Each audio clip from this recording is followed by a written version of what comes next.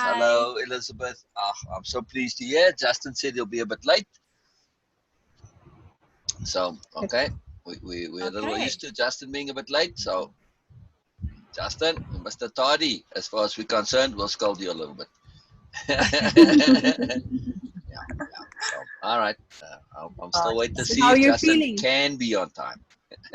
I'll tease him a bit. Okay. How are you? How are Okay. you, Elizabeth? How are you? How are you? I'm wonderful, thank you. How are you? Good to see Oh, you. excellent, excellent. Yes, yes. I'm a little mellowish Okay. today, but good, but good. I'm glad you're here. I'm really glad you're here. I'm looking forward to Justin coming. But yeah, Beena, sorry, Uh, I cut okay, off you Elizabeth. there. No problem. No, I was just asking that, Elizabeth, how you feeling? I am just I'm feeling great. How are No, you, no, Beena? no.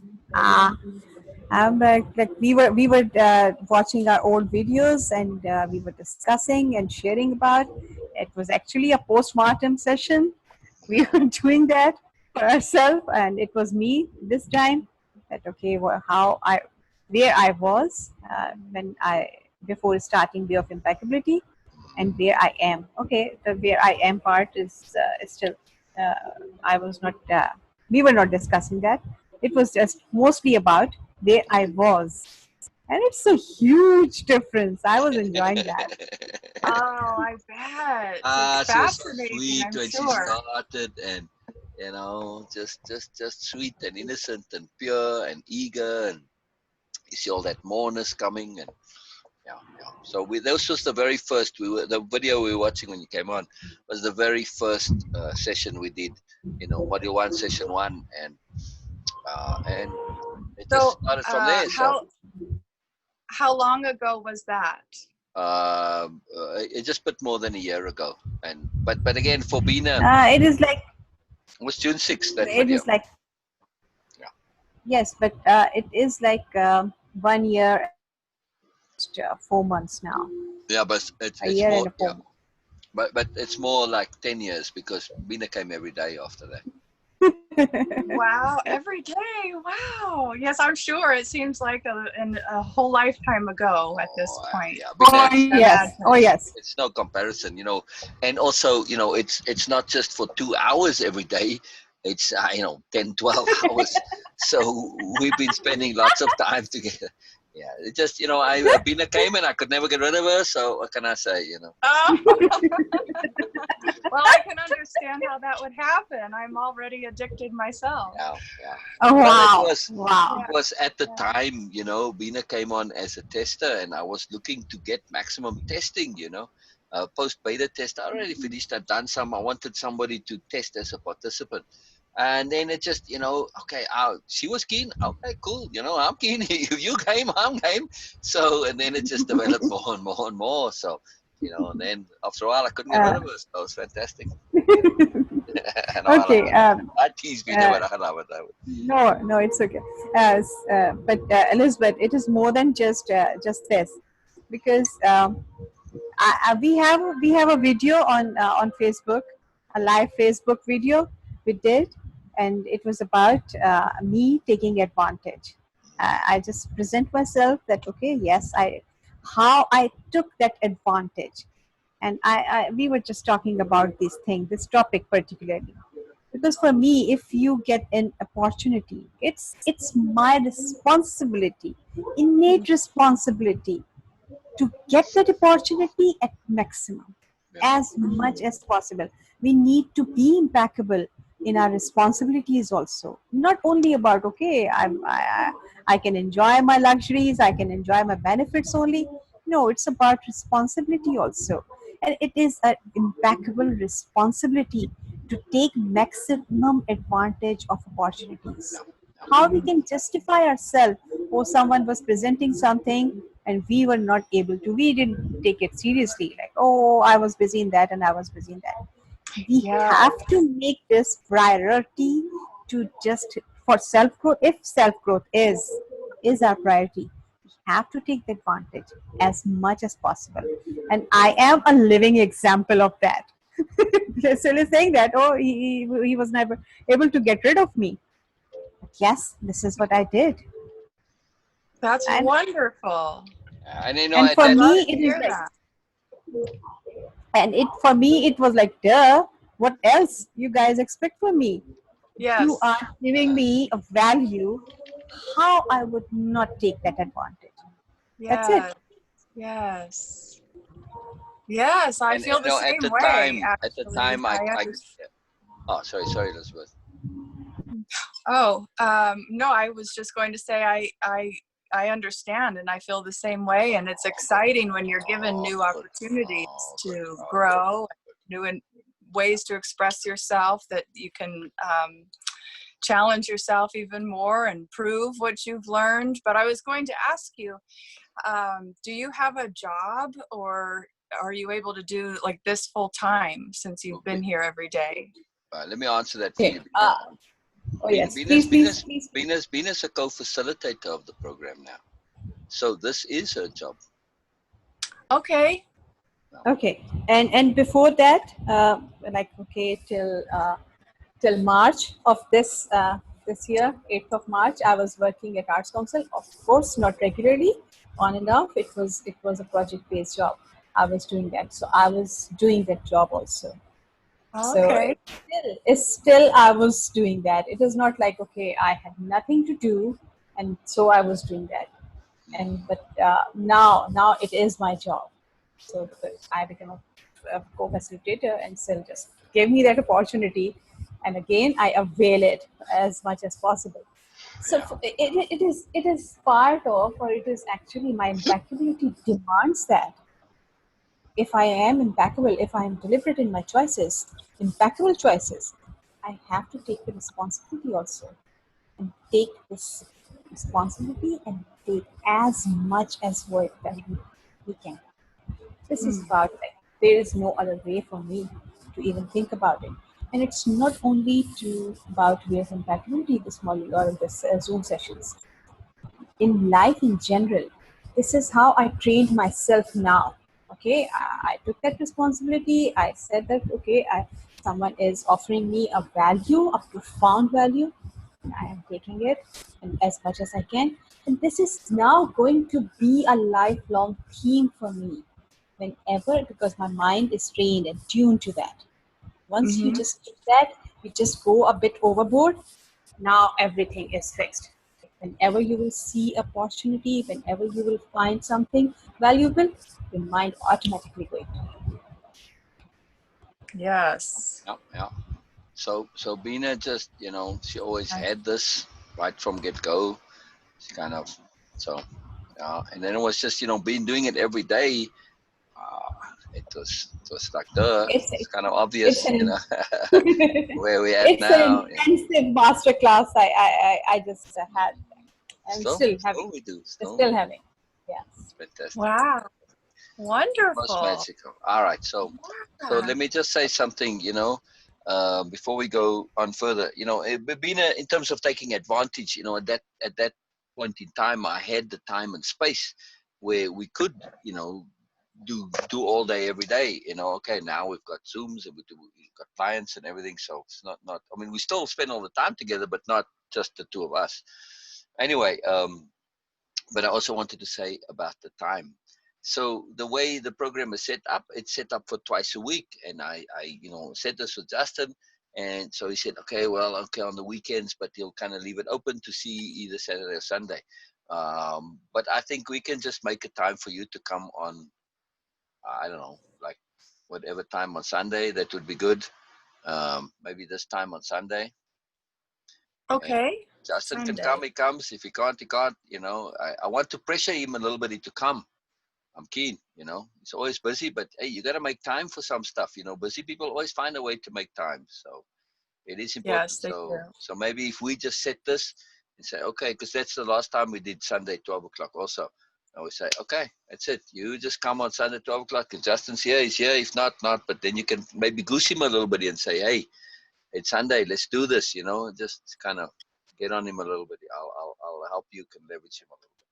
Again, he has to do Okay. it of his own accord.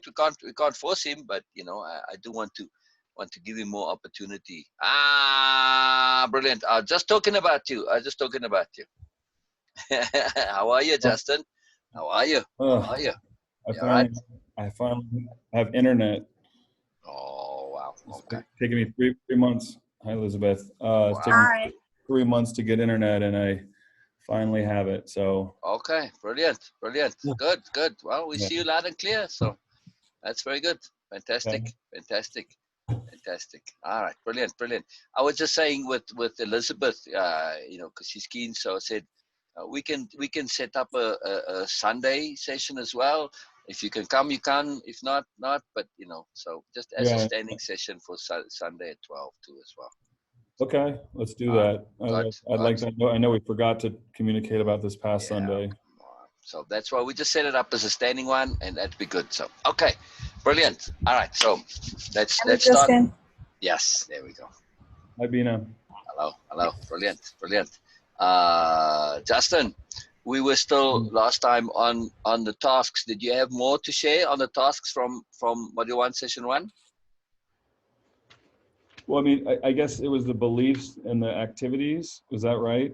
Yes, and Or then yeah, there was a bit more there. So let me go and I'll pull it up and then we'll see. So, yeah, I mean, I'm a little behind in preparation for this, but I wanted to yeah. use this All right. to get back into it, and I Yes, know. yes. That's what I want to do. That's why I want to kind of go and do a little recap. So, did you get a chance to do anything on session 2? No, I didn't. Okay. No, that's what I'm saying. I wanted to Okay. just, but I wanted to Okay. No join. worries. No worries.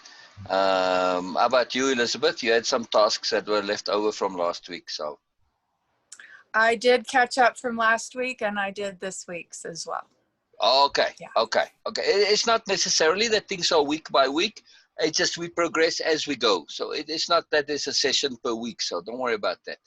You know, just as you go, you get through them. You know, you do the next. So the key is to do it where you feel like you have done it fully. And that's the key point. Mm-hmm. So the value doesn't come from completing it. The value comes from doing it, right? Right. Yeah. Yeah, I mean, that's if why you I say, was "Oh, I'm wanting done," to. you know, nothing happens when you say, "I'm done." There's no magic that comes down from heaven and suddenly infuses you with electricity and you transform. So, What? No. no, sorry. Yeah. Okay. So I'm not sure if you got to this because you said it was the third task was to create another list of what activities or behavior in your life take significant time and energy. And I think we got started on that, but I don't know how far you got on that. So maybe just think of it now, Justin. Just kind of go through it yourself. I've done that.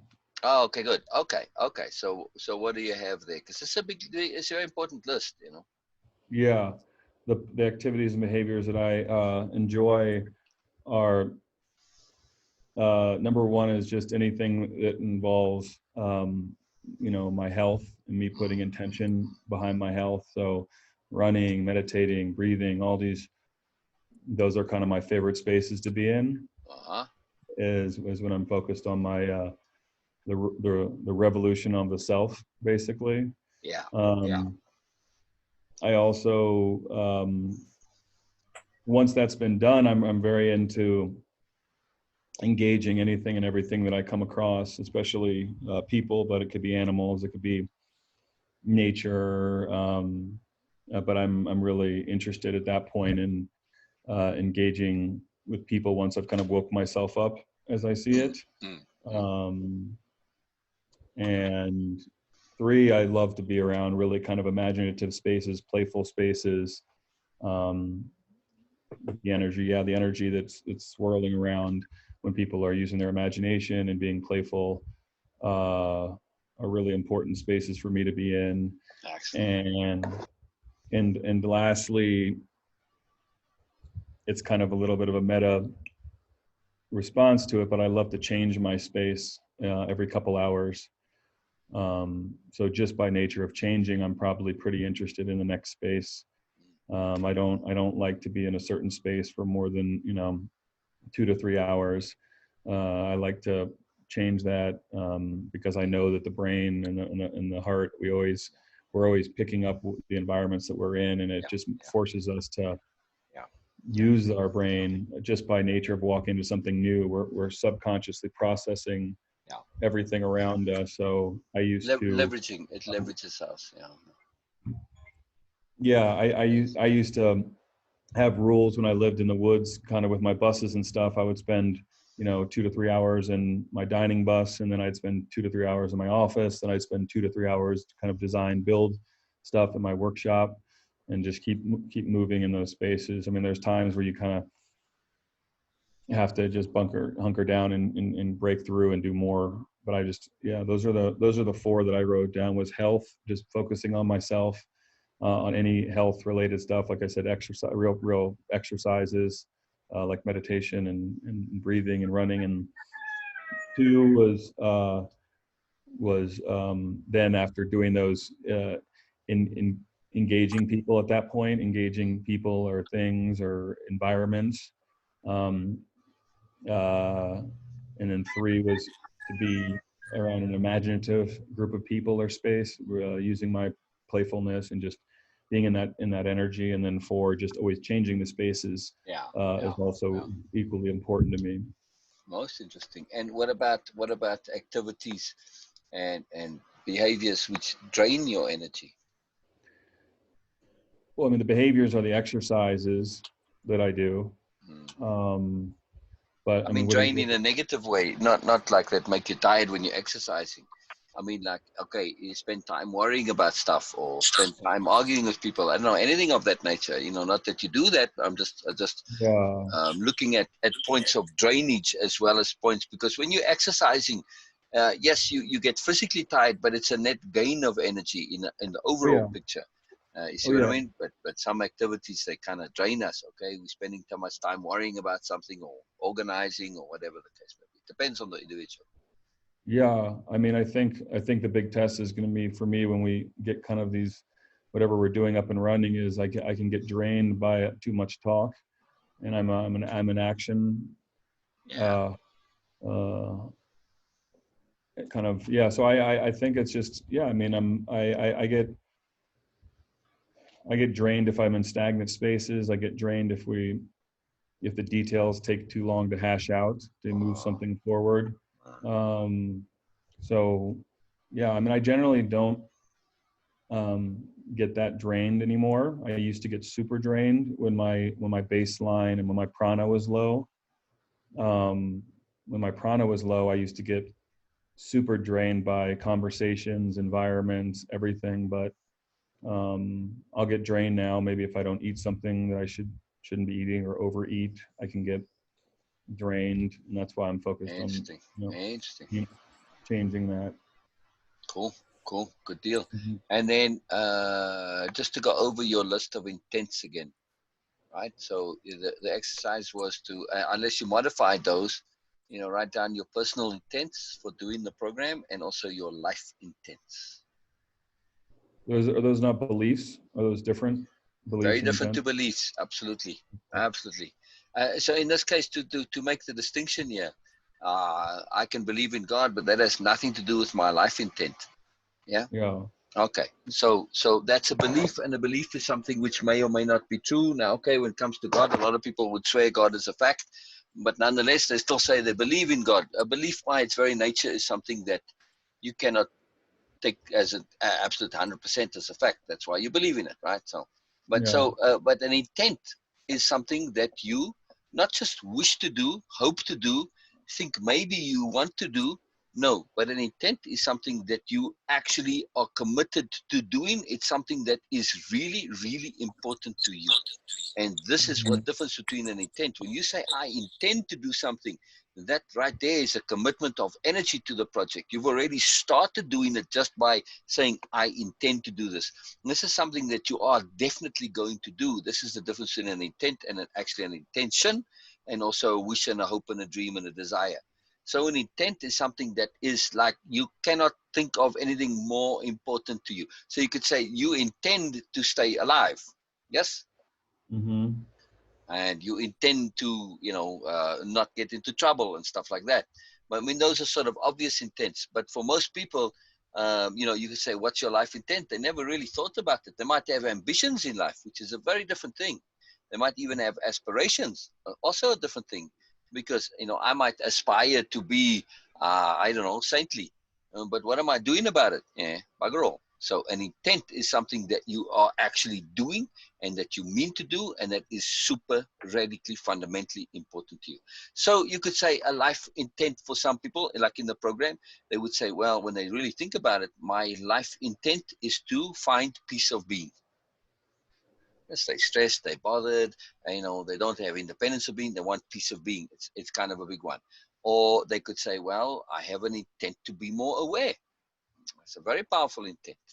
Yes. I have an intent to live impeccably or to live sensibly. I have an intent to manage my energy better. I have an intent to deal with my habits. I have a lot of bad habits I want to overcome. So these are the kind of things which are intense, stuff that's really important to you that you really, really want to do. It's personal to you. It's not like, for example, one of It's my, personal to you, absolutely. Yeah. I'm saying if one of my personal intents is to like alleviate suffering related to stress and suicide for other people. There you go. That's not for, I mean, I'm also want to do that for myself. Yes. But is that, yes. is that, are both of them both how it affects you individually as well as Correct. others? Yeah. Write those down, please. Write that down before we go any further. This is very important to write down, Dustin. Yeah, I just did. I mean, oh, okay. Yeah, I mean, but I was questioning the difference between if you both say are intense, correct? They both are life intense. You have an intent to spread awareness of that to others, and you have an intent to make it something that is connects to you and you apply, implement, and are aware of. So they are both, they're two intents there, yes. But again, an intent isn't just as it applies to you. It's something that you want to do, whether it's to others or to yourself. It doesn't matter. It's still an intent. You're really serious about this, in other words, right? Oh yeah. Yeah, yeah. This is not just something that you are just saying for shine or, you know, for promotion. No, this is really matters to you. This is what an intent is. You're committed to doing this. How, you might not know, but you are committed to doing it. Yes. Yes. It's important. That's an intent. Exactly. Exactly. All right, keep going. Well, yeah. I mean, there's my main kind of intent, and kind of the reason why I'm, you know, not married and not with my son is I'm focused on this on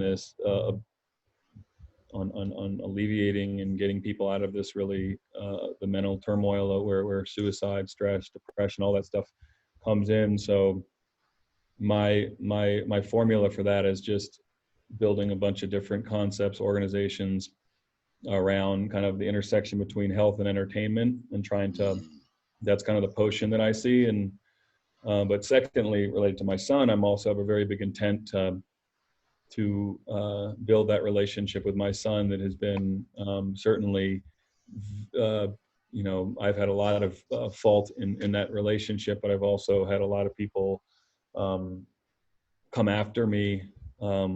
Once I tripped, there was a lot of people who sledged me over the head with a bat to keep me down, and I just have to get up and realize that it was just, you know, I have thick skin on my skull or something, but and not be a victim in the whole thing. But exactly, I'm gonna fix that over time, and then, you know, 3, my having really kind of very large kind of personal intentions and goals. I also want to figure out how I can separate my personal and walk away from my call it business and professional world, and really just be with myself and others outside of the realm is important, because it can be exhausting to me and others.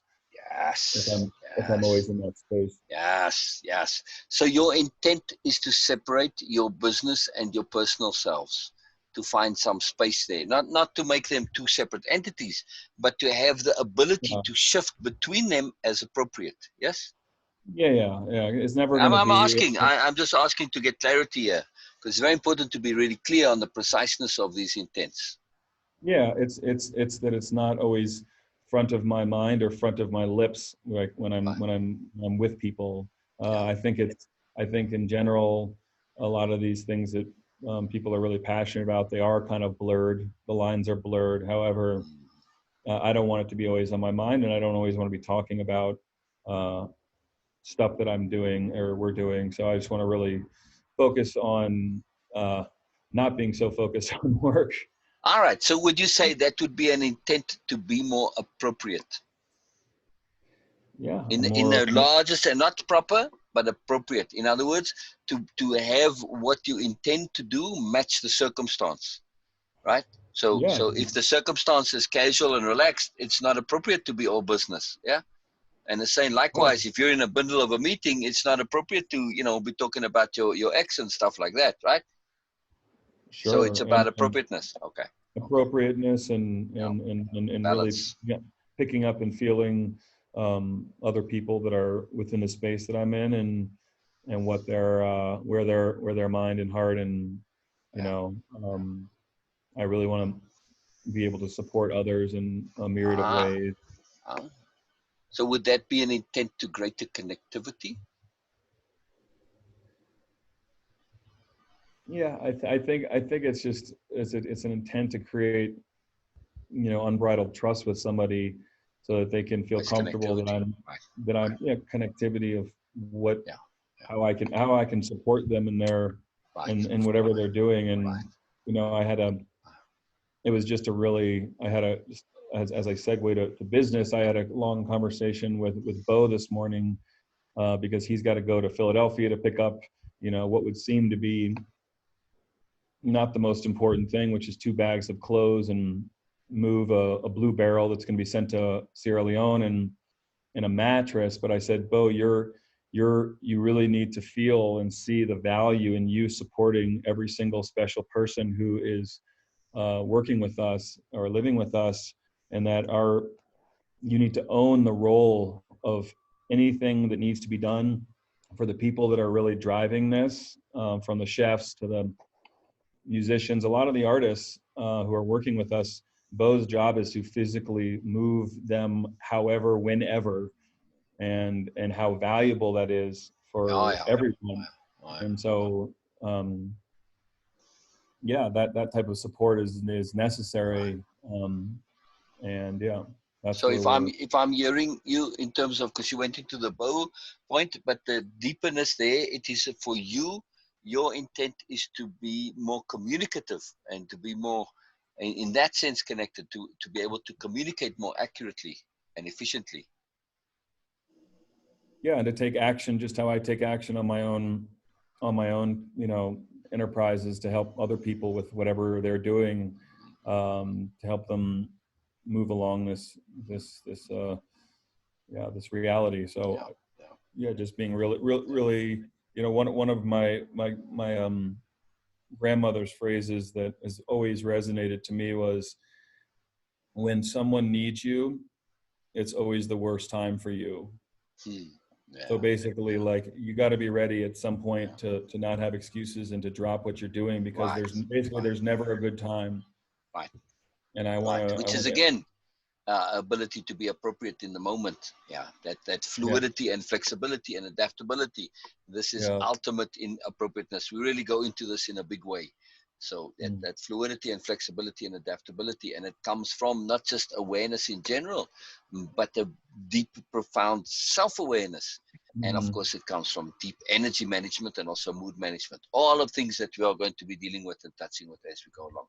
So I just want to be clear about your intents, because this makes a big difference, you know. And in this case, they're overlapping the intent to do the program and intents with your life intents, because they're pretty much the same thing, which inevitably it does do to some extent. You know, so this is important. It's important. Yep. All right. Okay. Anything more? I want to ask Elizabeth the same question. No. Elizabeth, your intents. Okay. Yeah. My intents. Okay.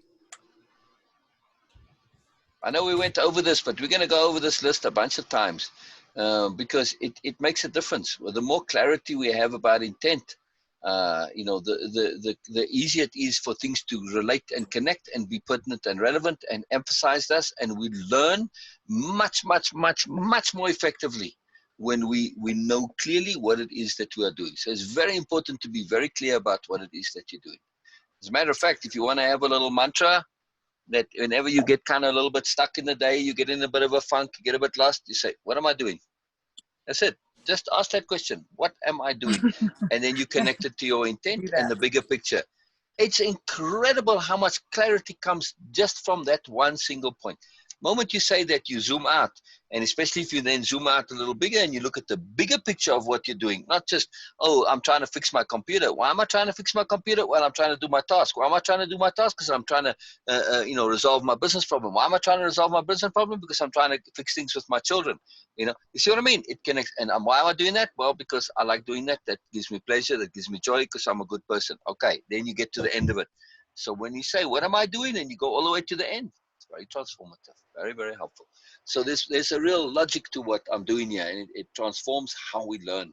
So it's very important to be aware of your intents. All right, so let's hear Elizabeth.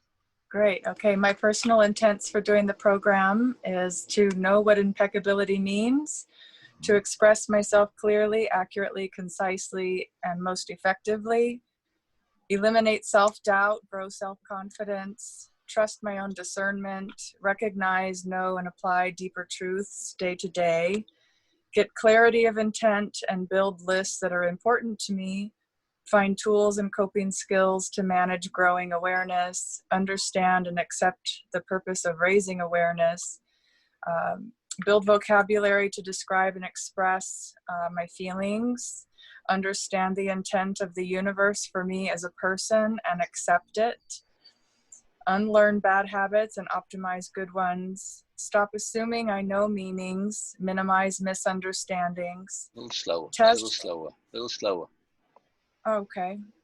Test and demonstrate my teachability levels, articulate and my interpretations for feedback and greater understanding, know the feeling of connection with others who share this interest and hear how examples of these concept applications can be useful, be able to recognize the difference in others who do not practice impeccability and know how to handle situations in a way that is honoring and uncompromising.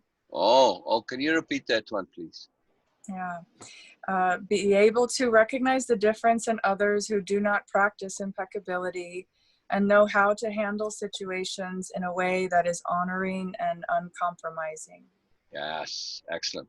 So if I were to do just a repeat back on that, you are saying in essence there, it is how to deal with difficult people that suck your energy, but to deal with them in a way that doesn't suck your energy and doesn't compromise your integrity.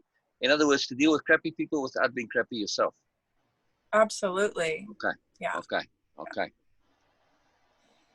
Yeah. Just checking. It's an important point. Justin, how does that one resonate for you? Is that something for you also? About dealing with crappy people without being crappy yourself?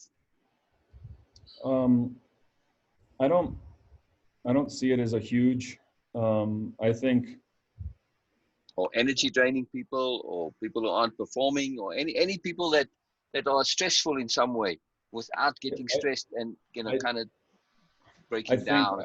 I think everyone deals with that, right? At some level, I'm trying to either literally physically walk away from that or not spend time around people like that. So really minimizing, and obviously you can't always do that. And I think I think for me, it's that ability to try to transcend that space, but also not do it by maybe ignoring that space or ignoring that person. I think I'm doing a disservice to everyone. So I try to stay on a certain plane, but I think sometimes I can, maybe I should be engaging a little bit more in those spaces where I'm just like, the plane has left, or maybe I shouldn't have left, or maybe I'm it's just, to increase the skills, in other words. Yeah, that's what Elizabeth's saying. You want to. There are ways of dealing them, but there are you are potentially seeing there are most definitely more effective, more efficient, and better skills that don't drain your energy, that you don't feel like you've compromised yourself in dealing with them. Like just ignoring them or walking away. Okay, it works, but there might be better ways. Yeah. Yeah, I mean, I just don't want to engage that much in situations. I mean, I've got my stress. Makengo broke $1,000 phone the other day, just like that, and I just said I just roll with things at this point until there's, it happened. We keep it moving. I love Sri Sri's phrase, which is his suggestion, which is move on.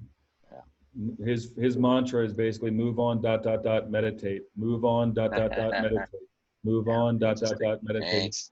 And I don't think it means that when you do your meditation, you're not really moving on from it, because you're really synthesizing what's happening. It's not a void. Moving on is not avoiding, and moving, no. and that consciousness of just moving on, grasp what happened, but just you gotta move on from it. I mean, moving on, it could be an avoidance strategy too. Depends on how you do it. It could be a denial strategy also. It can, but I also think there's a consciousness where you're simply just moving on and realizing that something in the physical world happened and you process it. Yeah. But what are you doing? What are you doing by dwelling on it? Where are you going by putting tremendous amounts of energy around it? You know, and I think that's the secret thing, that is just the art form of things, where there are times where things happen and you can't just move on. You've got to put energy around it. And how much energy do you put around it? That's what I was talking about. How much time do you put around it? You can't just, oh, okay, that happened. Okay, good. No, it's not that, but that's just a gut. Your gut's got to tell you how much time and energy to put around it. Right. And that's the skill that we're talking about here. To be more skillful in dealing with it, especially when it's more involved, and to also not get sucked in by your emotions, and to be more tactful, and to be more diplomatic, to be more strategic, to be more assertive as needed, whatever the appropriateness is, to extend your range of abilities to deal with it. Yes, Elizabeth?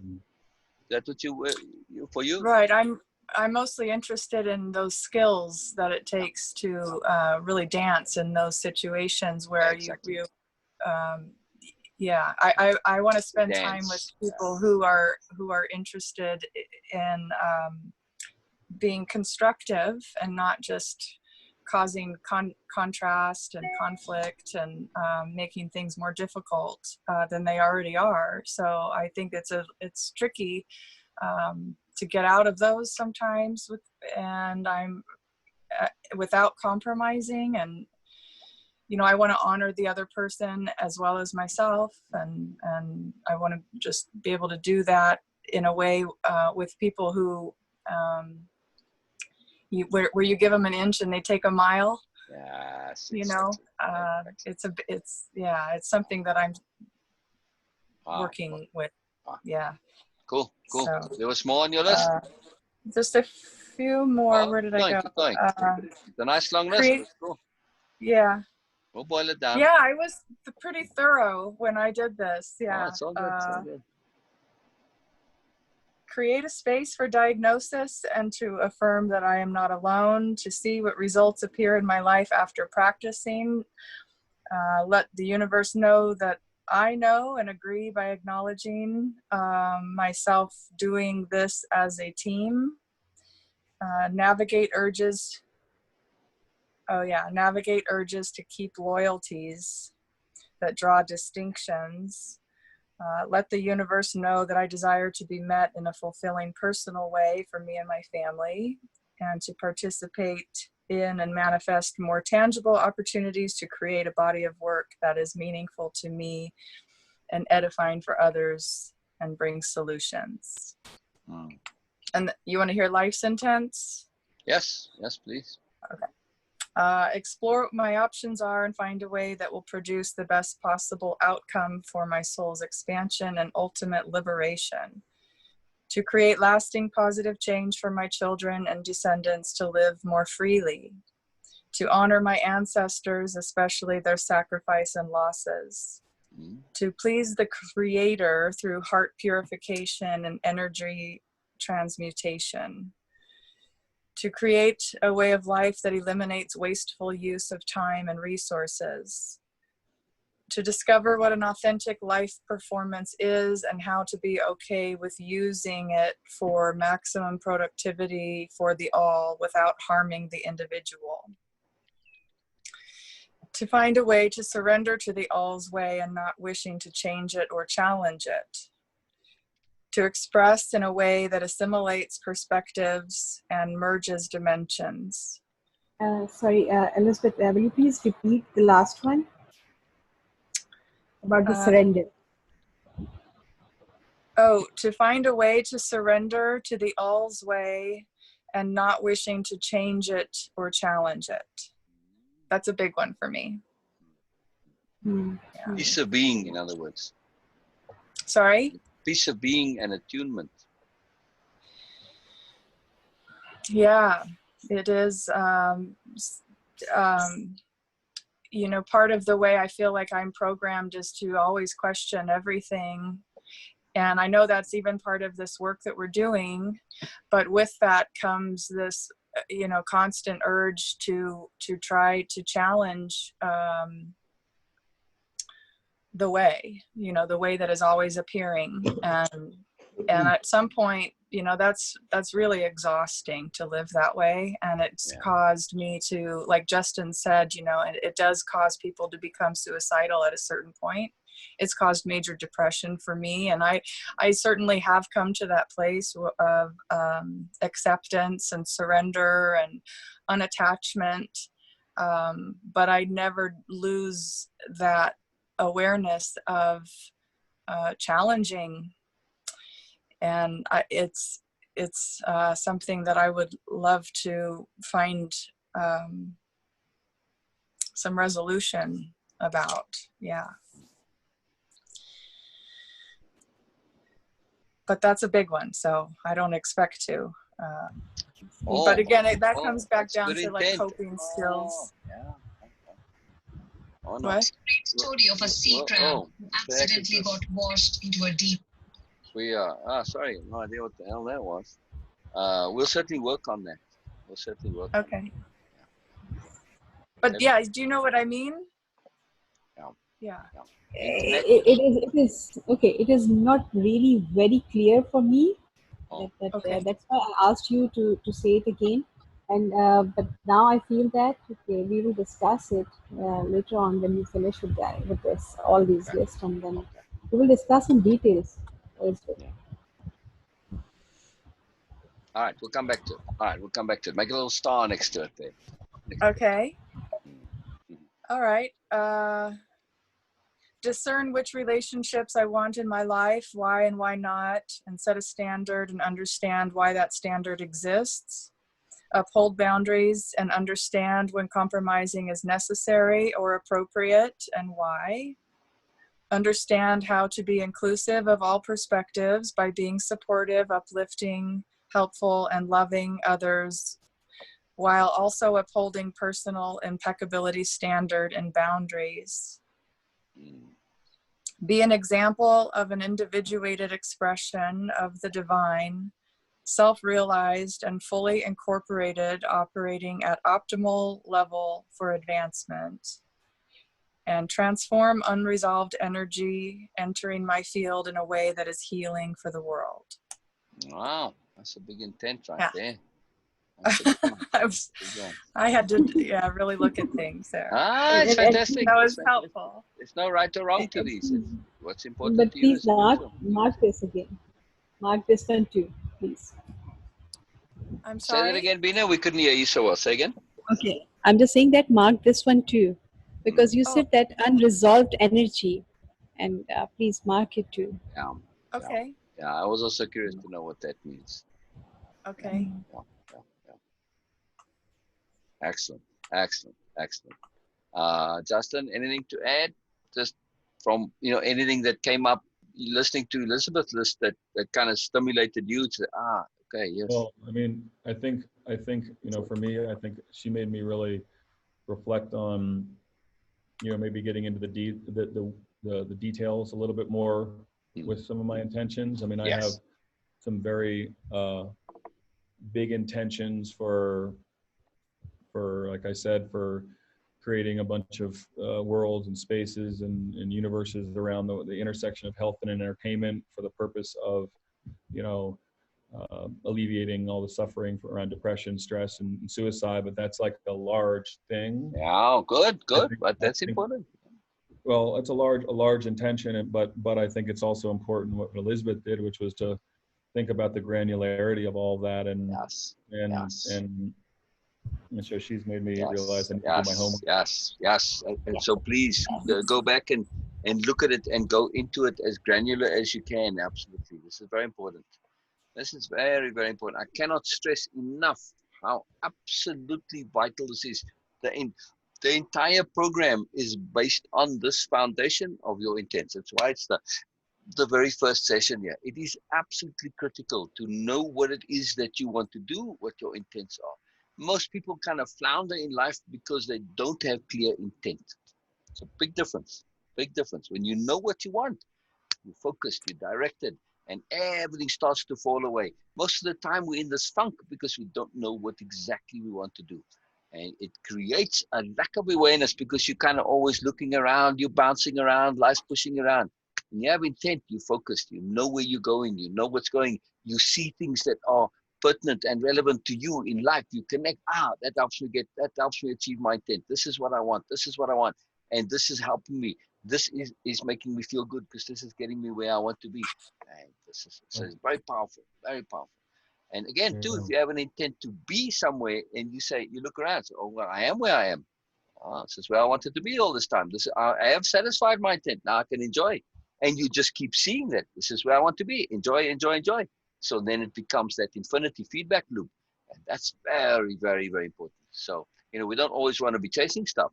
And we can do both at the same time. We can be pursuing an intent and say, well, I've done everything I can. There's nothing else I can do. But wait now. Okay. You wait, you do when the thing comes, and then you do it and say, okay, now I can and relax and do something else. Enjoy my intent to be happy, my intent to enjoy myself, my intent to be fulfilled. You can do those, which is just a being. So it's important to have that balance. But when you're clear about your intent and you can balance all of this, and it makes for a much less stressful life and a much more energy efficient life. And of course, the more energy The efficient you balance are. between doing and being. Say again. The balance between doing and Correct. being. Correct. Exactly. It's a very profound balance because that's a magical, because we always, we have to do, but we also need to be. And when we can get to a space where our being includes doing, this is a very profound space. A very profound space. Very magical space. Yeah. But this is all dependent on really being acutely aware of what your intent is. Because there's more to intent than just setting a path and a goal. It's much more than a goal. And intent is also a commitment of energy to make your intent happen. So when you set that intent, and it's a commitment of energy, you are now basically connecting to the universe and the world, and through that you are setting things in motion to make your intent happen. So it is an energy commitment, whether you actually physically do something or not. Your intent is an actual energy commitment. So this is why it's so important to be clear. And also, by the way, there's a distinction between an intent and an intention. An intent is when you're actually doing it. An intention is, a lot of people have good intentions, but do they actually act on those good intentions? Not so much. Maybe sometimes, but an intent, this is something that you are already acting on. You are doing, even if your doing is putting energy into it, right? So an intent is a very different kind of a doing. It's an energy doing. That's a big deal. Now, you of course do physical things sometimes to support this energy intent, but it's worth both of them working together. But just know when you set an intent, you're putting energy into it. So we also want to be aware of intents that we may have set in the past, and we'll get into that in a little bit later in the program, to go back over our past intents and make sure that we cancel them or sign off on them or say, okay, I've achieved this. Thank you very much. It's basically closing open windows, because there are many intents, you set the intent to, I don't know, you got a crush on your 7th grade, classmate, and you still have that intent and that you still got that crush. That's an open intent, as it were, to get with them, to be with them, all this stuff. And it drains energy. So we have to close all that stuff off. We have to, check it out. It's like you can think of like a fishing boat, a little small fishing boat. And you got all these fishing rods and you're throwing lines in the water. And every time you set an intent without thinking about it, you throw a line into the water, and eventually you've got thousands of lines on this tiny little boat dragging in the water. Of course, that boat's not going to be able to move very well, you see, and they get snagged and tangled over time. So we want to pull all those back in again or snip them off, if we can't pull them in, because it drains our energy. So very important, all of this. Very, very important. Energy management is key to impeccability. It's absolutely key. So we have to understand that intent is a very precious thing. It's a very, very, very, very important thing that we have to deal with and be very clear and concise and deliberate about. And that's the other point of this. When we are clear about our intents, we get to live deliberately. not just randomly buffeted by the wind. Whatever comes, we're jumping from this thing to that thing. We are very clear. It doesn't mean you can't change your intent as circumstances change. Yes, we are flexible and fluid and adaptable, but we aren't just random and being blown about by every different thing that comes our way. We are living deliberately, and to live deliberately is to live with power. Yes? When you live deliberately, you do something deliberately. Even just walking across the room, you just walk one way across and come back. Now try it and walk deliberately. It's a whole different exercise. To do anything deliberately means it's meaningful to you. It means it has purpose. It means it's significant to you, and it means you are choosing to do it. Means you want to do it. And when we do what we want, this is joyful. This is power. This saves energy. We never feel I have to do it. No, I'm always choosing to do it. Gives me power. Very, very, very, very powerfully different way to live. Huge, huge. So we're going to really work on that as we go through the program, this point of deliberate living. In order to live deliberately, we have to have clarity of intent. It's very, very important. Yeah? Does that make sense? Yes. Yeah, that's a huge deal. That's a huge deal. All right. So, Justin, since you didn't get a chance to do session 2 next week, we'll go with Elizabeth in the meantime on session 2. So, all right. So, Elizabeth, you went through the slides and you did a repeat back slide by slide as you went through, yes? Or how did you do it? What is I did. So the question at the end of it said to understand, what is your understanding of the course lessons and what are my takeaways of it? Okay. So I wrote that, and then I did some repeat backs. Okay, good. Yeah. So just going And then, forward, we want to do 4 things pretty much on every session. One is to do repeat backs of the material. And to say, in other words, in your own words, what you understood each slide to say. Okay? okay. So that's the first thing. Second thing you want to do on each slide or each section, sometimes the slides need there, is to do a takeaway. And a takeaway is what you are taking away with you that was important or valuable or significant or meaningful, that is making a difference in your life and something that you want to use and live, in other words, right?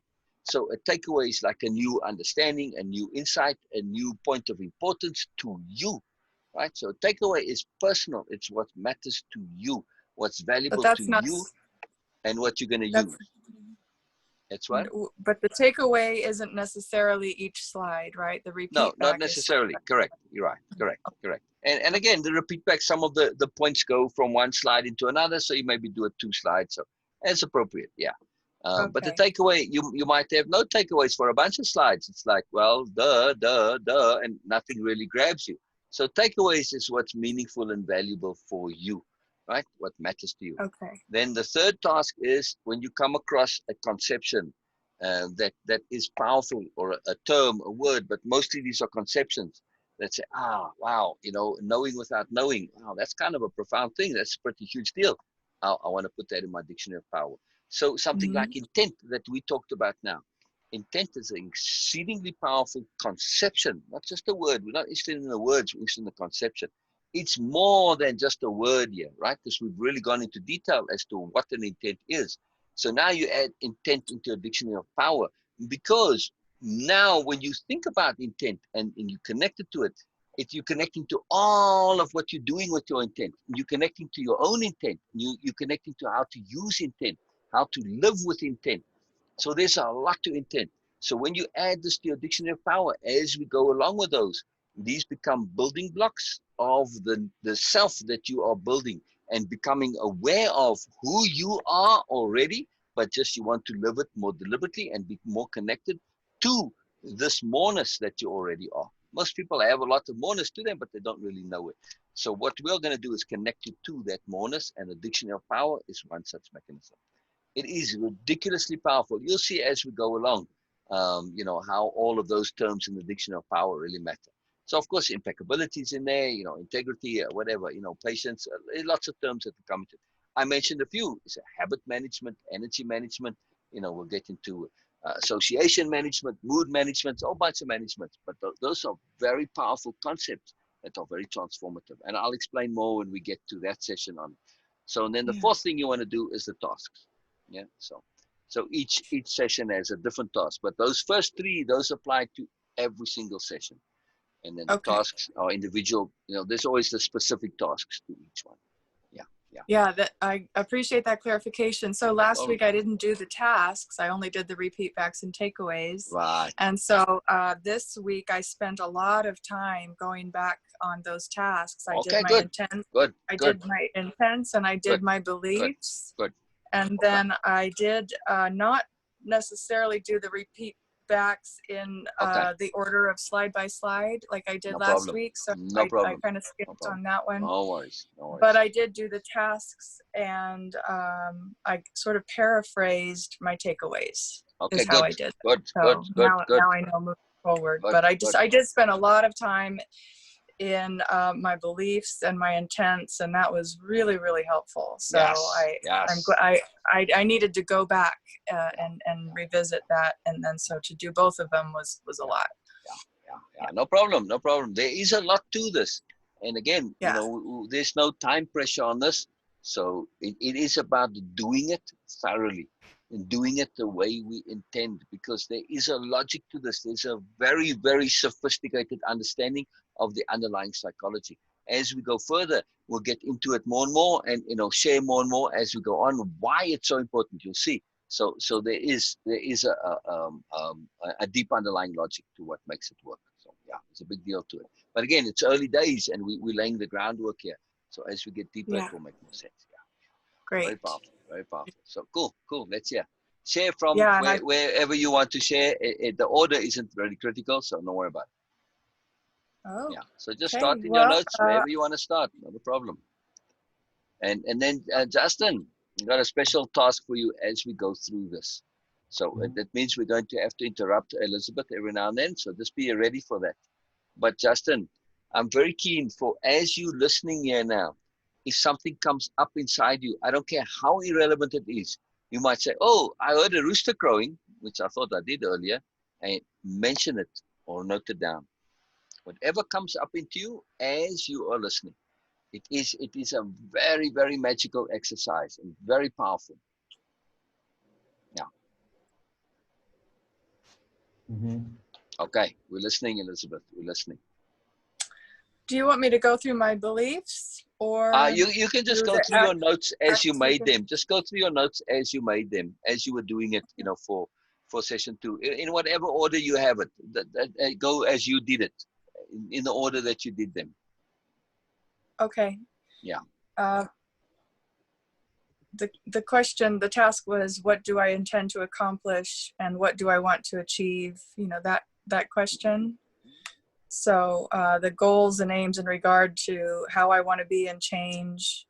I said, I intend to know myself better, develop tools to navigate and identify feelings, strengthen discernment and trust, use coping skills for stress and confusion, cultivate peaceful resolution methods, tap into infinite patience more consistently, allow the unfoldment of the process without control or disappointment, manage boundaries and relationships, mature into confident, effortless, articulate communicator, use judgment in appropriate ways for my own good, end self-sabotage and destructive patterns, be prepared for next level program, produce a thorough examination of my intents, prove I am not a threat and can be trusted, remove tendencies that cause harm to myself or others,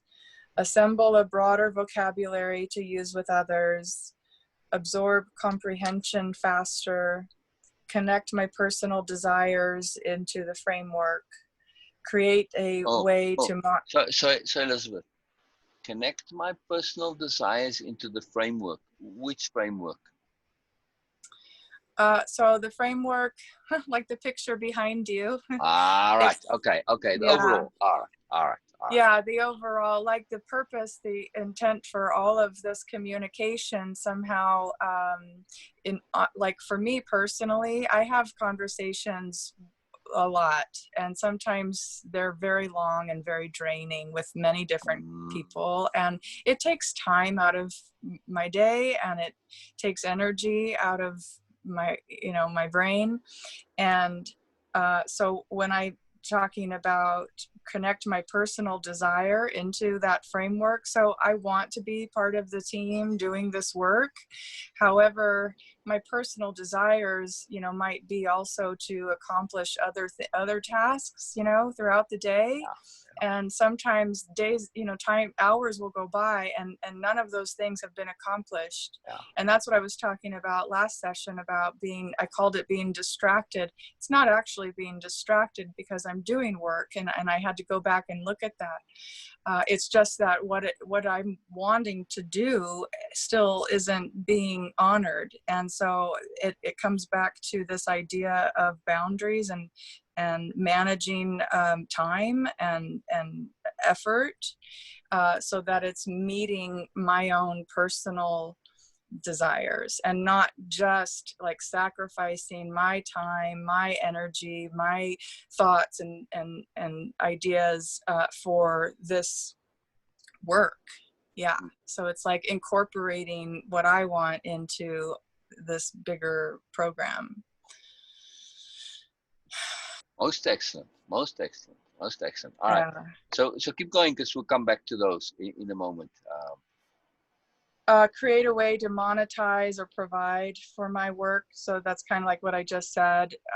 My personal desire is to make money and to have freedom with my time, so that I can give myself more fully to this without having to, worry about providing for my kids or my housing.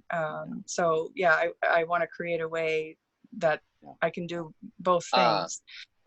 You mentioned the kids a bunch of times, and your kids are, you mentioned their ages too, right? I think you said from, in the around about the 20s, right? Right. How long do you feel you need to provide for your kids?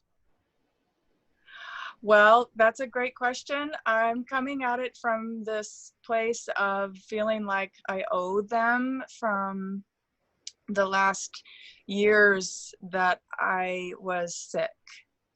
And not able to be there for them. So I have this subconscious idea that I need to pay them back or do something for them or provide something for them to interesting, to make up for what happened in this thing that come back happened. To this. Come back to this. And last one is to be an example of health, wealth, happiness, and peace. Cool. All right. And then before you carry on, Justin, anything come up for you? I mean, it's the overarching theme is that, I'm excited for next Sunday, where I can start to spend time getting more prepared for session 2, and luckily it's early on. And Wednesday, we do both, so you can do this on Wednesday.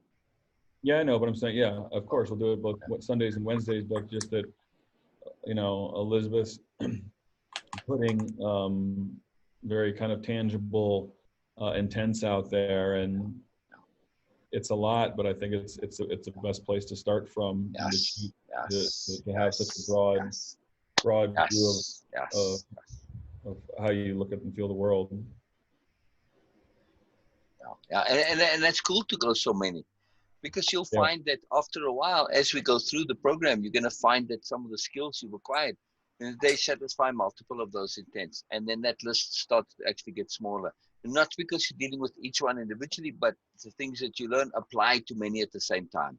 So it's fine to have a good long list like that. It's the important point is to be thorough. So this is very important, very useful, very useful, very useful. All right. Yeah, well, that was a theme that I kept seeing throughout each of these sessions, was to be as detailed as you can, and to look at things from all possible angles. And I mean, there are an infinite number of angles, right? And so that's by my diagram, exactly. Yes, and that's how I see it, exactly like that. It's the way of impeccability diagram, absolutely.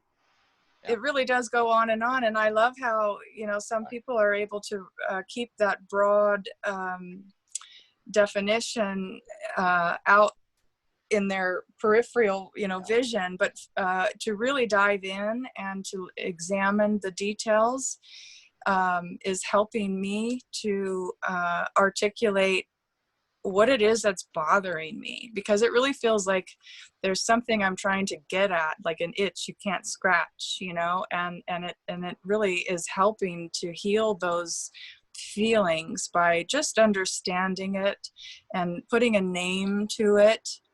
Very important. Even if it's something that you're grieving, you know, it's important to name it and so that you can let it go.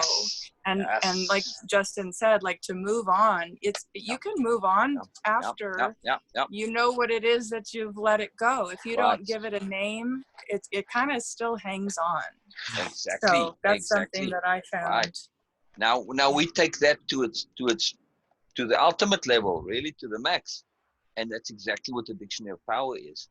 So you name the specific thing, and then you got a whole bunch of specifics, and they like the big blocks on the outskirts of this background here, right? And then when you take those multiple specifics and you say, what's common between all of these? Now, oh, you know, these are all, let's say, indulgence. Oh, okay, indulgence, that's a big deal. Now you've simplified that and you move in one layer, you see, in one ring like that. And you keep simplifying, That's exactly what the dictionary of power is. You are taking all those detailed things and you're looking for the commonality, the abstract overview, and you say, okay, there it is. You see, I mean, so many things that all connect back. And then you get to that inner circle and you got things like impeccability and capital P patience and you know, mood management, all of those things. And you'll see eventually all of these things connect to each other. That's why we like this diagram. We use it a lot. You know, so right in the center there, you'd have something like appropriateness or impeccability. You know, it doesn't matter. Attunement, there's many that can work in the center. Awareness doesn't matter. You know, because so it's very important to have this. You go granular, but then we're also going to connect it to the abstract. And we're going to connect this abstract overview all the way down to the practical specifics. But you need to have both. You can't just be on one end of it. It's like this vortex, this toroidal flow that flows back in on itself. You go up and then you come back down. You go up and you come back down. But it enables you to have a clarity understanding of what's going on. So when you look at the commonalities, you say all of those different problems, what's there? Oh, impatience. You know, that's a common theme between all of them. Or inability to focus or whatever, you know, lack of clarity of intent. So then you start to see this. And these are the key points in your dictionary of power. It's very, very powerful. But we don't want to focus on the problem areas. Yes, we're going to deal with them. But the dictionary of power are the replacement positive solutions, the things you want to actually be. Because when you are focusing on, let's say impatience is the issue. You focus on getting rid of impatience. You're focusing on impatience. But if you want to switch it around and focus on being patient instead, you're going to fix all those problems automatically and you are going to acquire patience, because you might not be impatient anymore, but still not acquire patience. You see, you might just be kind of in the middle there, neutral. So we focus on the positive replacement points because they automatically take care of the problems. And this is what the dictionary is all about, are these power conceptions that show you what you want to be, what you want to be. It's Elizabeth's dictionary of power. It's Miles's dictionary of power, not mine. It's yours. So that you are filling that with all of the component building blocks of what you wish to be. And those are the tools that allow you to be anything. Those building blocks, you can build anything as you want, as needed, in the moment. Very powerful. Very powerful. So let's hear some more, Elizabeth. Let's hear some more. All right. The task was what is my understanding of the course lesson and what are my takeaways of it? I wrote, we must understand that as spirit warriors, we are doing battle against the enemies of habit and beliefs. They hide in ego areas of our mind that we don't want to look at because we think we already know it or we are afraid. By examining and sharing our thoughts and gaining understandings of our motives, we expose our weaknesses, thereby diagnosing where the problems are so we can heal it and improve. Realizations that produce results are the kind that really matter. Being able to apply the results in real life is creating evidence necessary for the battles to continue into higher levels. Adapt and incorporate new information and results into your life as much as possible. Power living is using your own will to maneuver yourself into the best position for continued growth. New content creation needs to become our constant work. Question everything and create opportunities to expand on ideas and grow awareness so we can accelerate forward into new ways of living and being. This is how we leverage each other, which is lifting each other up. And then I had a question about that. Before you ask your question, let me just go back on yeah. one thing. You mentioned beliefs right there in the beginning. It's not any belief. It is to, again, we don't care if you have beliefs. The beliefs are your business. You want to make sure that your beliefs are justified according to you. So you want to look at the belief and say, do I actually really want to hold this belief? Is this belief something that gives me value, that just gives me benefit? Whether it's true or not, we don't care. Do I get value out of it, right? Or do I believe something that is legitimate or not? Like, I mean, I could believe that, I don't know, I could jump 10 feet and then I run to a wall and I try and jump and I smack into the wall. We want to make sure our beliefs are actually valid and real, you see? So it's to make sure that our beliefs are solid and clear and sensible. And then to be absolutely at peace with your belief. That's very important, yeah? Well, so many times we just live by beliefs that we think we should do stuff, and those are very, very corrupting, you know. So. Yeah, that's a great point. When I was writing down my beliefs, I had to challenge myself from all angles, every single one of them, and I noticed I've let a lot of my old ones go, and so like the picture behind you again. It's just, I think it's always moving and along with us, and so I think it's really great advice to continue to question your beliefs, because those beliefs form your habits, and those habits put us in that stagnant place that Justin, talking about being stagnant is a place of, where you think that you know everything and that you don't need to learn anything, and then that's really not participating at a if you stop learning, you stop living, you must start dying. So this thing is very powerful and very, very powerful to really look at that and to make sure that we are flexible and fluid when it comes to our beliefs. Based on what? You have to always ask, based on what? Is this serving me? Is this value? Is this a good use of my energy? That's why we call it wave impeccability. Everything boils down to energy. We're always saying, is this a good and efficient and effective use of my energy? Because you want to be happy, you need energy. As simple as that. So my question was about leveraging each other. So I don't really know how to phrase this. I just wrote, does this mean creating contrast or creating conflict? So do we create contrast deliberately just to leverage each other? No, nothing to do with conflict or even contrast. You can leverage off contrast, but not necessarily. So for instance, your interest, if I want to leverage you, I pay attention to you and I keep interest in you, and my interest, my earnestness, my energy, my wanting to know, it now leverages you to share what it is that you are talking about more, and go into more detail. And this is how we leverage ourselves between each other. So leveraging each other is, you could say, it is taking your energy and you adding the two energies together. And if you literally do this in a way that, from an energy point of view, energy is a wave, right? And when you have two waves that merge together, you get that's resonance. That's what they call it. When the peak of the two waves are together, right? You get resonance. And when resonance occurs, when two waves are in resonance with each other, you get an increase in amplitude. If you want to get technical on it, the wave gets bigger. Yeah. So it's when your energies are in harmony and when you are in balance with each other, there's no conflict. That's when you leverage each other. When you have conflict, when waves are out of sync, one up, one down, they actually cancel each other out. Yeah. So that's how we leverage each other. There's many ways to leverage each other. For instance, I could say to you, okay, you know what?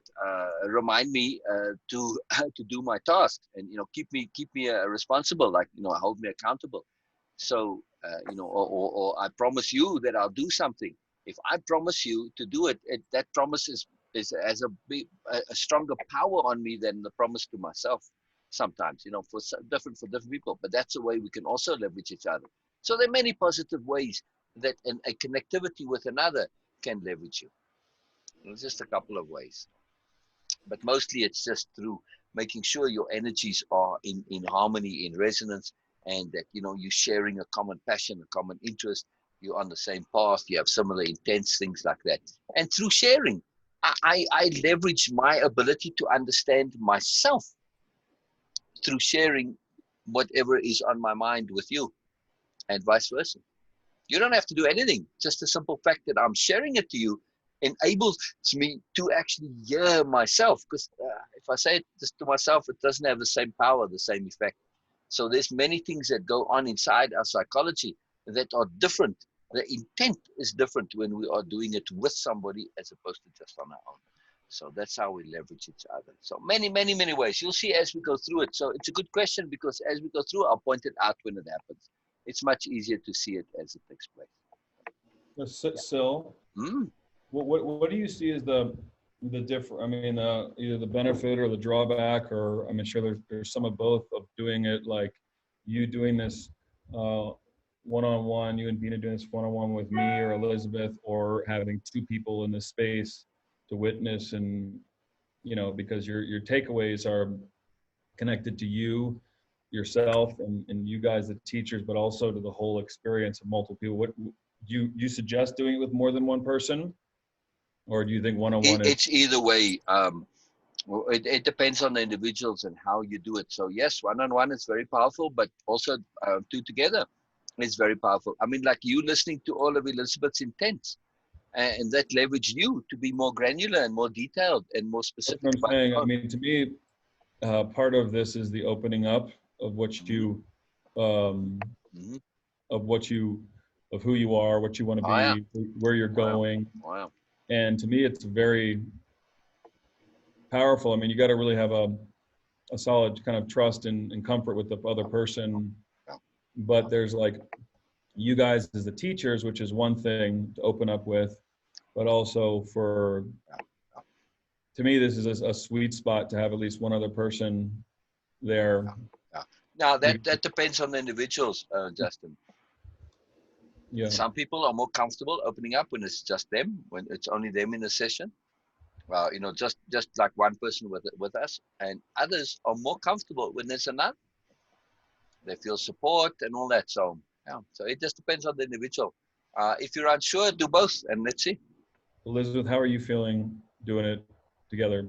Oh, thanks for asking, Justin. I'm fine. Yeah. Okay. Yeah. So by all means, if you want to do a couple on your own to see how that goes, please. I'm very happy to do that. It's very cool. We I think Beena mentioned it, that she felt it might be something worthwhile to do. Yes. Just it's exploration. It's exploration. So let's give it a shot. Let's try. We do both. We do both together. So let's see how it goes. It's very cool. It's very cool. There are some things that I would like to talk to Elizabeth about, where I feel I want to really get into it, and I will save it if I do get an opportunity to do just with her. So for me, I also like to, and same with you, I do like to have times where I'm just focused on that one individual. So because I don't know how comfortable you are with me saying, okay, I'm going to crack the egg a little bit here now, and all right, we're gonna find something inside there. This egg might not be the freshest of eggs here.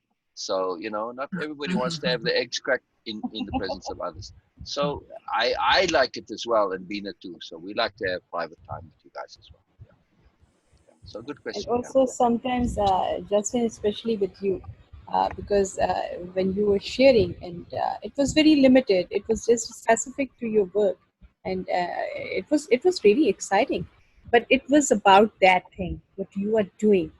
So, and we see that moreness in you. Of course, you have that vision. Lots of it, And lots so, of it. so Yeah. we were keen to, and I asked Sil that, okay, is it possible that we can do just with Justin? So he says, okay, we will see that about that. So for me, personally, I was interested that, okay, now it is, as Sil suggested already, that just give it a try and see how things comes out. Because for some people, it is a different thing. When they are alone, they are more focused, they are more clear about their thoughts. And for some people, they need leveraging energy. So it different, but I feel that yes, with you and with Elizabeth, of course, individual, yes, we can try that. Now we do it. We do it. Let's do it. So you just tell me when, and we do. So it's very cool. Okay. Very cool. Very exciting. Thanks. Oh, anytime, anytime. All right, let's hear a little bit more, Elizabeth, since you got more there. Yes. That was what I had on that Okay. Cool. session. Yeah, because I had gone back and did the beliefs and that. So that was all that I had on that session. Okay. I had my activities and behaviors and the beliefs, and that's all I. Cool. Cool. Cool. That's good. So let's go into just one point in specific. I mean, that list that you made, we can go through all of them, but you mentioned the impatience there.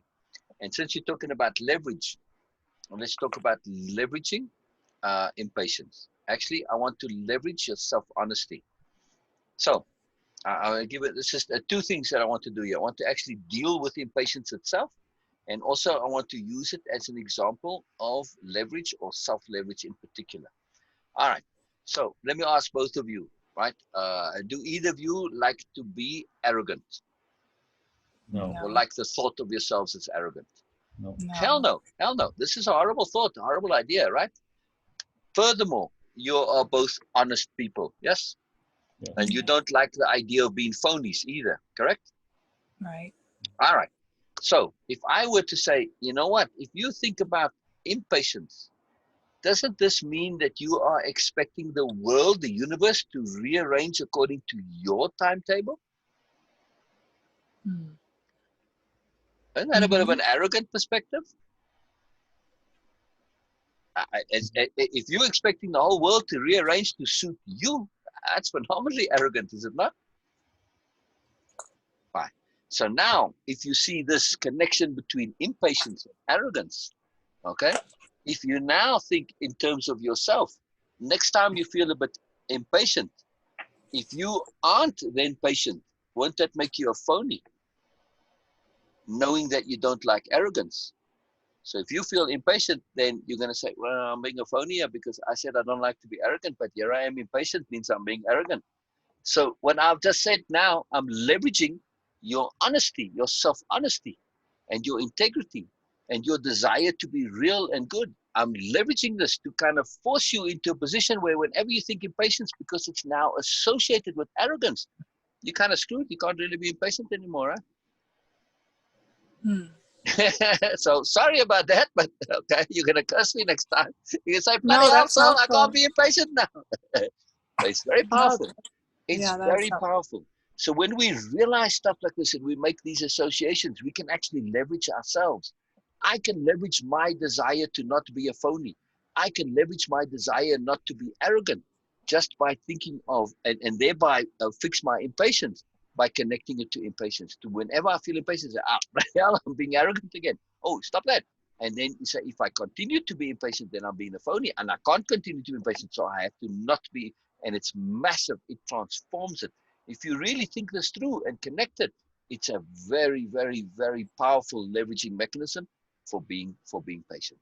So very, very, very powerful. So a simple technique, but this is understanding and really having this discernment. If we take, awareness, we're aware of the issue, we connect it, we use discernment, we get to understanding, boom.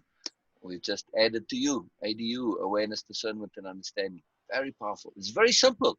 But man, if you really take this to heart, change every time you feel yourself a bit impatient. And you'll soon see, initially you might forget about it, but as soon as you change the habit, and every time you feel impatient, you associate it, you make a new habit to associate your impatience with arrogance. They're going to change that impatience in a hurry. They're going to change it in a hurry. You'll be amazed how powerful this is. Very powerful Well, technique. so a question though, how does that relate to having boundaries? Like if somebody's trying to suck all your energy out of you, you know, Right. and you're supposed to be patient, Yeah. and you don't want to be arrogant thinking I don't have the time for this, or you're you know, you're whatever. Right. How does that relate? Separate issue. The impatience, if you now have poor boundaries and you aren't setting boundaries, and you have these open boundaries where just anybody can come in, you know, like literally if you have no fences around your farm and all the sheep and stuff come and walk in and graze up your plants, well, that's on you for not setting the boundary.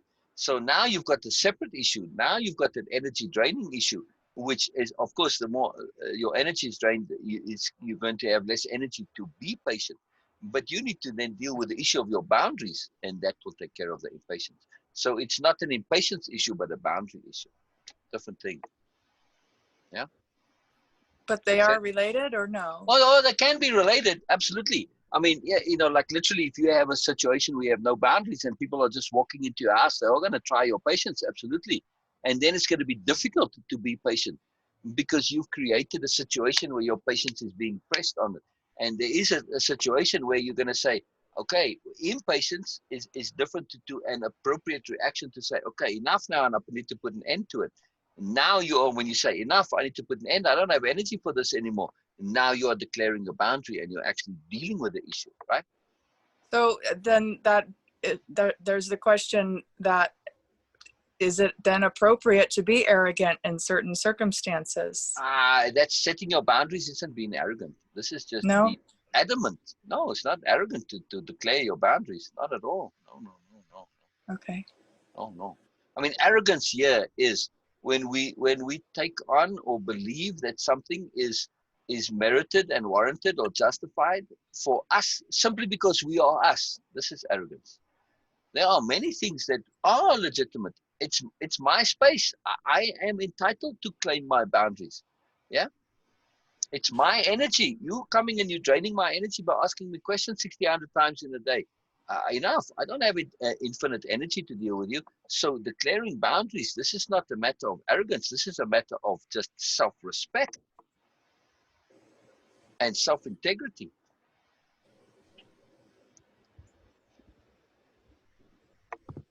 I mean, literally, if you're a plot of land and you're trying to grow flowers and you have no borders, no boundaries, no fencing, everything's going to come in and eat off your stuff, you know? So you're basically just declaring yourself to be a doormat and everybody's going to wipe their feet on you. So declaring boundaries is a matter of self-respect. It's not arrogance. It's actually the opposite of arrogance. Yeah. So when you talk about patience, you're talking about it in terms of within your boundaries. Yes, and also to manage your energy appropriately. I mean, if you run out of energy, it's very difficult to be patient. That's why we want to always be paying attention to energy management, which is why it's way of impeccability. Impeccability is completely, it's energy management all the way. It's making best use of your energy all the time. Yes, absolutely. Yeah. So you have to set your boundaries and also pay attention to your energy. Like, okay, with your kids, right? You can't play with your kids all day. They have more energy than you. At some point, you're going to say, enough, go play on your own or go sleep or whatever, right? Mm-hmm. It's not a matter of energy or, it's not a matter of either arrogance or patience. This is a matter of energy management. Different issue, right? Yeah. But so you need to be preemptive sometimes in your energy management. You need to stop things before you run out of energy, because once you run out of energy, then you're just going to be stressed and bothered, because that's what happens when we run out of energy.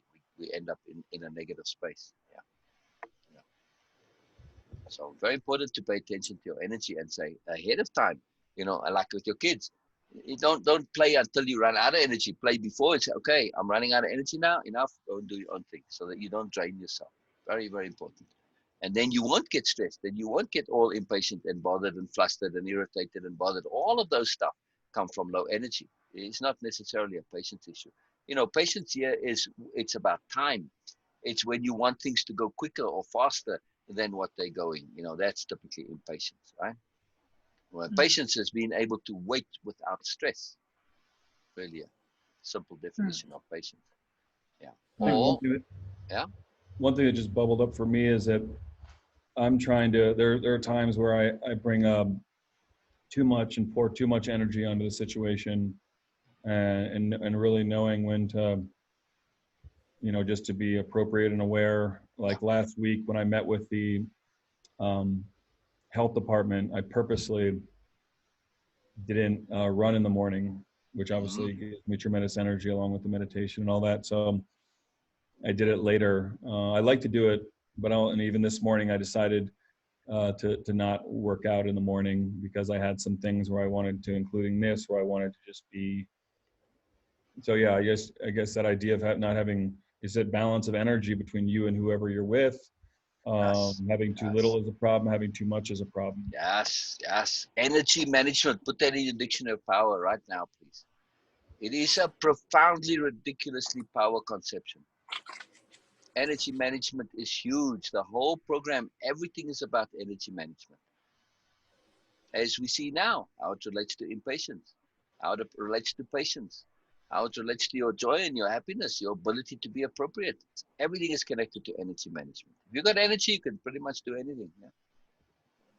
Yeah? So we drain our energy in many, many ways. So we have to pay attention to how we drain our energy. And again, having no boundaries, it's a big drain on your energy when you're just letting anything go in and come out. You know, you always have to deal with it. You have to pay attention to it. You have to work at it. So again, like I say, you know, if you have no boundaries and you're just making yourself a doormat, well, everybody's going to come and wipe their feet on you. Yeah. Or you're just this big energy, you know, funnel, and everybody just comes and connects and hooks up to it and, you know, sucks some energy from you. No, I'm not good. Not good. Not good. You have to be appropriate in that. You have to be judicious and you have to decide, you know. So one thing, another real huge power conception here is the concept of effort versus reward. Very simple concept, but massively profound. So whenever you're engaging in any activity, just start asking yourself, does the effort justify the rewards? For instance, I love watching the Olympics. But for me, the effort involved to get a gold medal, or any medal for that matter, or even to participate, oh hell no, that reward definitely not worth all that effort for me. Thank you very much. I like watching you. Thank you that you think it's worth it, Mr. Olympian, Mrs. Olympian. Thank you. I love it. But for me, hell no. So I'm aware that this is way too much effort for the reward. Now, okay, it's very obvious with the Olympics. Most people probably feel the same way, you know, but when it comes to the little things in our daily lives, we don't pay that much attention, and it's very important we do. Very important. We do lots of things. When you really think about it, you say, wow, why am I doing this?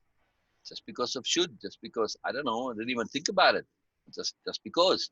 So then you say, is this really the reward worth the effort?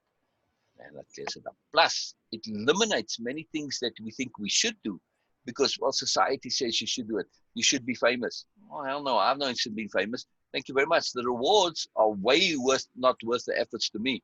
As a matter of fact, I don't even think they're rewards. I think they're penalties. So I said, no, thank you very much. And I unhook from feeling I should do it, which is an energy drain. So this concept of energy reward, massive concept. So again, add it to your dictionary of power. Very important concept. We'll get back to it a lot.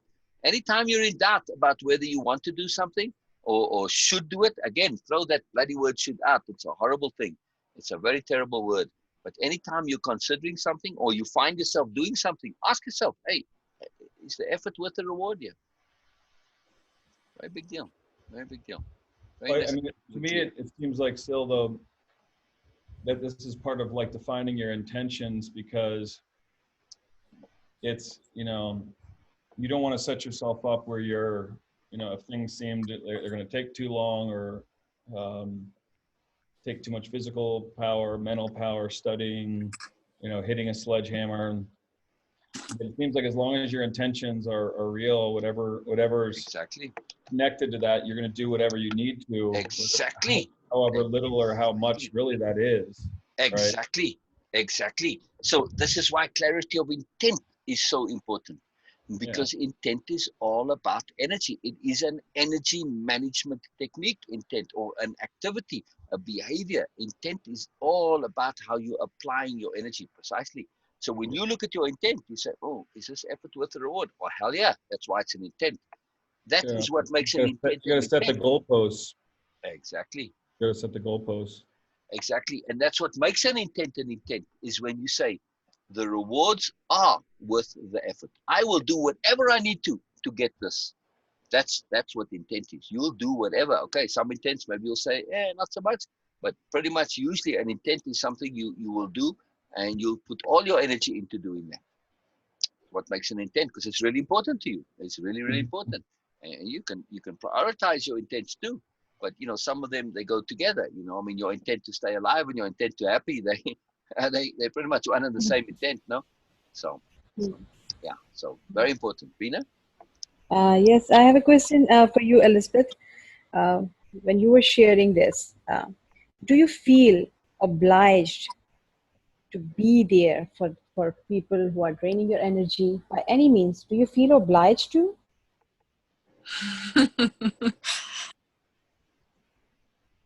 I love that you asked that question. Yes, I do, in the sense that I try to make myself available for all situations to be a learning opportunity. And I try also to view whoever crosses my path as a mirror, to myself. And to my higher self, and to be that mirror for them. And so it feels like a duty, to be available and to show love and compassion, and to use those opportunities,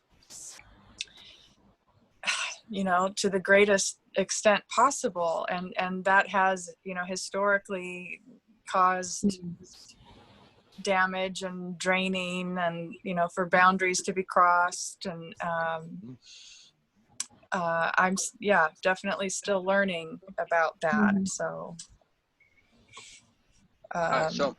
it's really a tricky thing for me, because I want to help people, and I'm also very curious, and I do this work kind of naturally, where I'm analyzing, on different levels. And so obliged is a very interesting word, and I'm glad that you asked it. I guess the short answer is yes, but I don't want to be, kind of. So yeah. And so do you No, have no, another please question, continue. Beena? Okay. No, I please want to continue. ask you kind of have a deep respect for life and the universe and everything, and you intend to be respectful towards everything, if I'm understanding things correctly. Yes, both of you. You Yes. too, right, Justin? Sure. Yeah. Okay. Now, are you a part of the universe? Yes. Rustin, are you a part of the universe? Yeah, it's a duh question. It's a very obvious question. Duh. So how is it that you cannot respect yourself? In other words, if you are saying, I'm just going to, do things and let people use my energy and all of this, if you're not, first of all, taking care of yourself, aren't you just saying to the universe, well, I'm not really respecting you because I don't respect this particular part, everything else more or less, but don't. Furthermore, if you're not respecting your own energy, how are you possibly able to give energy and due respect to the rest of the universe? You can't, because you're draining your own energy and not respecting yourself. So it has to start with you. And if we get any lesson from COVID, this is the lesson, right? You got to make sure that you're not infected and take care of yourself. If you go around worrying about everybody else, but you're not taking care of your own infection, you just go around spreading the infection, yes? How is negativity any different? And negativity is an even way more infectious virus than COVID or any virus. So we have to pay attention to this, to say, hey, I got to make sure I'm not infected with negativity. Furthermore, there's another virus that's a real magical virus, and that's the virus of positivity. Right? So if you got energy and you got yourself sorted, you taking care of yourself, you are able to spread the virus of positivity. And there's a big thing to this too. You don't have to be positive, and I don't mean positive in the sense of cheerful and happy. You can just be in that sober, neutral space. The key is we don't have an obligation to be happy or cheerful or even positive. We don't even have an obligation to be good, but we do have an obligation to not be bad or to not be negative. This is our only obligation. Right? Not be bad and not be what? What was the second thing? And not to be bad or not to be negative. Those are our obligations, right? We don't have to be cheerful. That's a bonus. That's an absolute bonus. But we do have an obligation to not be negative or not to be bad. So this is the important key. And in order to do that, you got to make sure of taking care of yourself and because it's the same thing with the COVID. I got to make sure that I'm not being and going around spreading it. So this is the key point, because if you're negative, if you're low in energy, if you're stressed, you go around spreading that to everything, because this stuff is all highly, highly, highly contagious. Yeah, you see somebody who's all stressed walk into your life, you feel it immediately, right? Mm-hmm. So they trying to help everybody, they're doing everything and all this, but meanwhile they're just running their energy down, and I get to feel their low energy and stress and bother with trying to help them be good. They're not actually helping to make the situation worse. So your first responsibility is to you. You want to respect the universe, respect yourself first. Starts there. Has to start there. Same with COVID. Has to start with you. You're not being selfish. You're not being uncaring. You are actually truly being caring in the bigger picture. Very important. Very important. We want to look big picture. Many people get lost in the little bubbles, but you got to look big picture. Very important. Very important. So if you think of all these things that are causing you problems in this context, it shifts the whole equation, the whole dynamic. Really look at it in terms of energy and how that energy is being used. And again, how energy is also contagious and infectious. You know, it's a very big deal. Negative energy is very contagious, and same with positive energy. Now, very important point to consider, you know, when you go to the doctor's offices, they have those STD charts. You know, 2 spreads it to 4, and 4 spreads it to 8 and 16, and the next thing you've infected the whole world, right? You've seen those charts I'm talking about? Now think of that from a point of terms of any negativity. You can be anywhere on that chart. If you decide to not be negativity and not pass that on, the entire downline underneath you disappears. Yes? People always ask, but what can I do? You know, like, I want to make the world a better place. Yeah, but what can I do? That's what you can do. Don't be negative. You prevent the entire downline from you being infected. So you make a massive difference in the world. It's a big, big, big, big deal. Yeah? Very big thing. Very big thing. So in order to not do that, you have to take care of yourself first. In order to not be negative, you have to take care of energy management. You have to make sure you're not wasting your energy on this, that, and everything. Because if you don't have energy, it's hard to be not negative. That's the thing. It's easier to be negative than it is to be positive when it comes to our energy. So energy management, the root of everything. So it's the way of impeccability. It's all about being impeccable means you are taking exquisite care of your energy. That's really what it means. Best use of your energy. Very simple when you think of it that way, yeah? So question. Oh, I love it. Keep going with the questions. It's very important. The questions are massively important here. Okay. Oh, please. You really need to ask the questions. Very important. And If also there's, ask stupid questions, please. well, this might be stupid. Good, good. I But like those. Love them. if you can't find people around you who are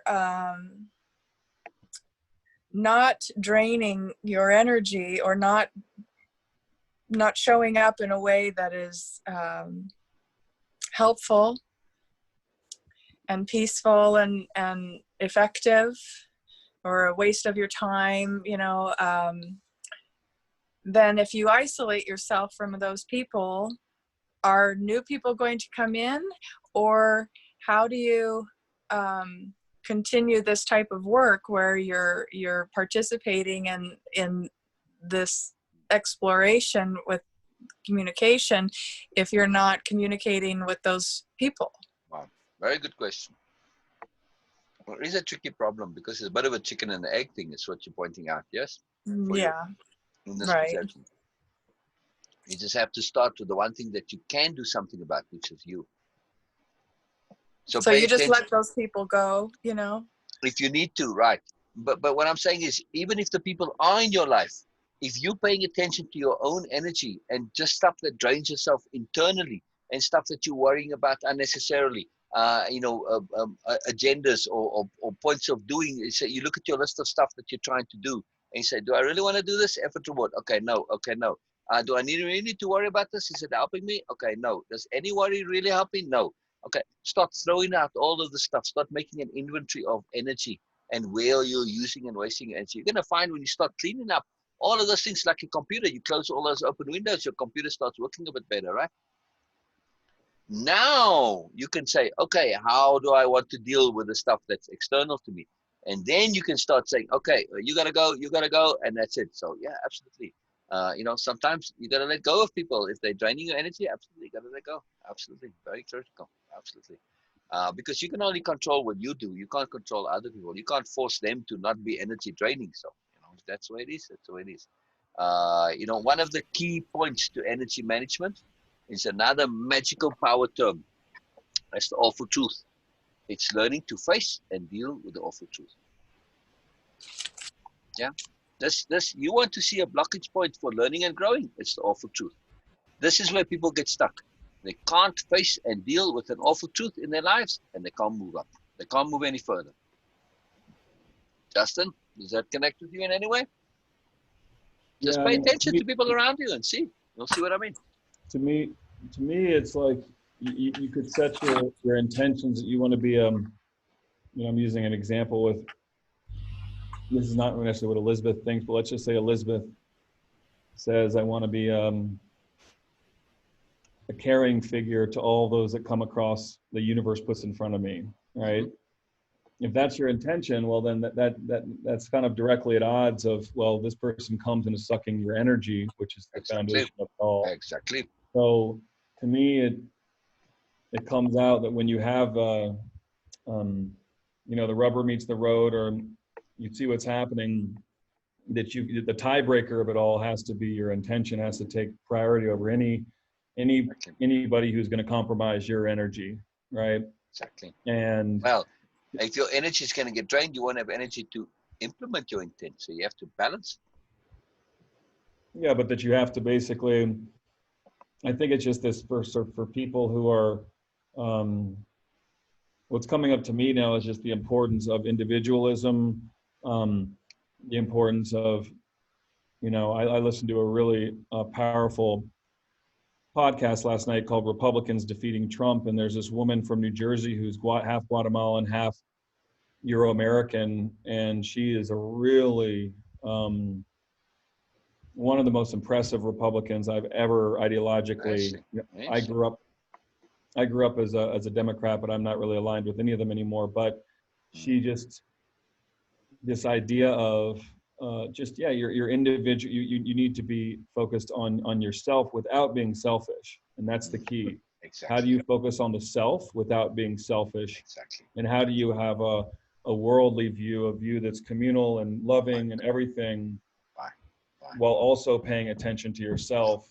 And that to me is what's resonating in this conversation last 10 minutes. So selfish is typically just a synonym for short-sighted. If you truly, truly, truly are selfish, you want the world to be a better place because that benefits you. So anybody who's a saint or whatever, they want the world to be a better place. Isn't that very selfish? Of course it's selfish, because selfish is very contextual. So we'll be very careful with this word selfish. Yeah. It's a bit of an oxymoron word, right?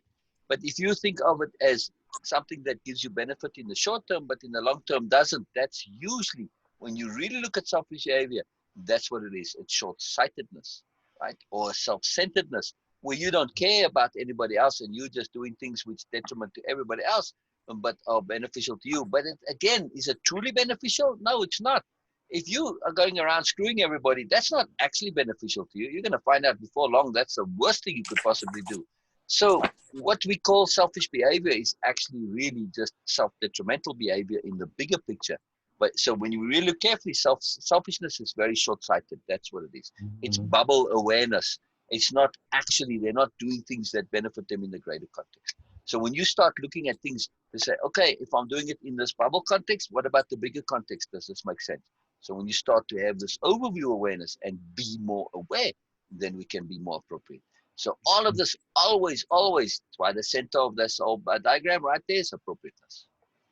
Everything always boils down to appropriateness, So, and you need awareness in order to be appropriate, in other words, so that, they go together. So very, very important to look at this. And again, with the intent though, like you said, your intent is very important, but you got to be very careful when you set your intent, because you can be an intent to help everybody, which is going to drain your energy in a hurry, and it's not necessarily as sustainable or actually an applicable intent. Besides which, helping everybody, you got to be very careful with that. That also could be an arrogant intent. How the hell do I know what's good for you? But a presumption to say, I'm going to help you because I know what's good for you. I have no idea what's good for you. You have to help yourself. I guess to me, it's a little bit like, if you set the intent, I want to be there for people who come across my universe, the universe mind, but that is in direct conflict with the person that when they do come across, they're basically sucking you down, they're manipulating you. Exactly. Right? Exactly. And when to hold that. Do you feel like you're compromising on your intent when you said you were going to be unconditionally loving to everyone? Right. Unconditional love's a big topic we went into on Open Friday the other day. But it's a big tricky point. Again, it always will boil down to appropriateness. I can't emphasize, the whole way of Impeccable is built on the A+ philosophy. The apex of the A+ philosophy is appropriateness. Because this is the key. What applies in one situation doesn't necessarily apply in another situation. You want to love everybody. People think, oh, love is the biggest be all and end all of everything. And that's all you got to do is love. No, you got to love with awareness. Why? Because go love a narcissist. How are you helping them? You're just making them a worse narcissist. It's the worst thing you can do, to just unconditionally love a narcissist. It's a terrible thing to do, right? So you have to use what you have appropriately. Always, whatever you do has to be appropriate. So, yeah. I mean, your intents are good, but they have to be moderated with appropriateness. And this is, again, we come back to impeccability. It's about that balance of energy. How much is too little? How much is too much? What's the effort? What's the reward? And to also bring into it with awareness. Like I said, loving a narcissist, it's not a good thing to do. It makes him worse, So you have to be very careful here. So again, this is what we are looking to do with our impeccability. Best use of our energy. Is my loving a narcissist the best use of my energy or not? No, it's not. It's a terrible use of my energy. Yeah.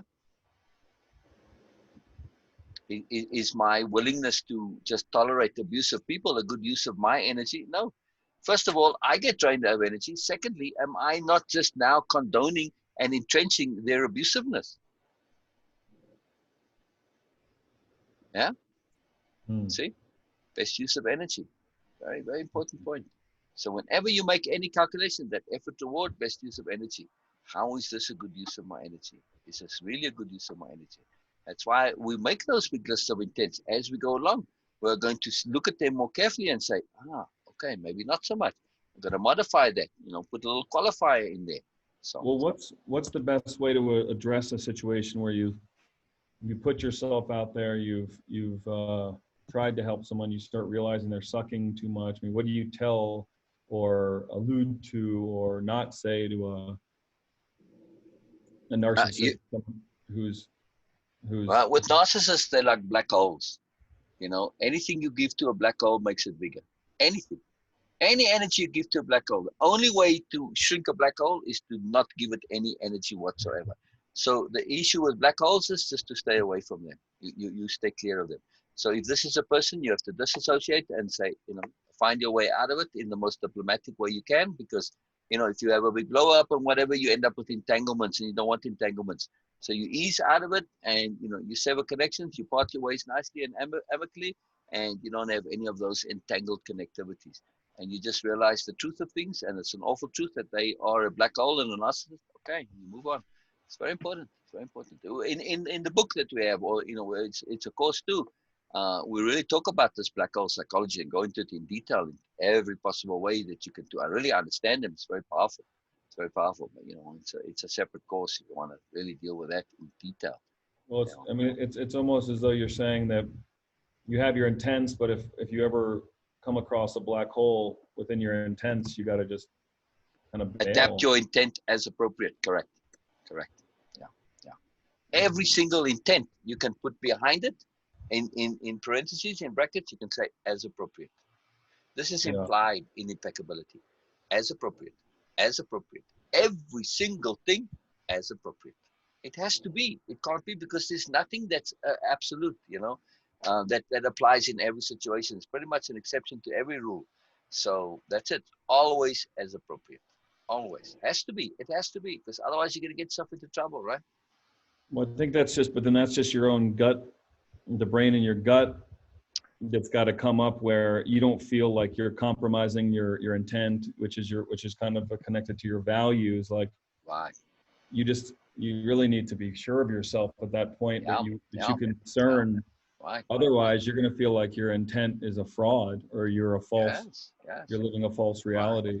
Right. And this is awareness. So we are going to really work on awareness as a big deal, because you want to be aware of the different contexts. Because something can be appropriate in a very narrow context, but in a broader context, it's not appropriate, right? So we have to really pay attention. Okay, there's many examples for this. So you want to really have this awareness to start looking at things from the overall context, and the intermediate context, and then the narrow context, right in front of you context, and then the internal context. It must be appropriate in all of those contexts. It's very important. Very important. So the way you know is if you say for yourself, can I justify this? And from an ethical point of view, from my ethics, is my conscience going to be clean? This is why it's one of those definitions of impeccability. It's not doing what's right, because what's right is everybody's guess is what's right.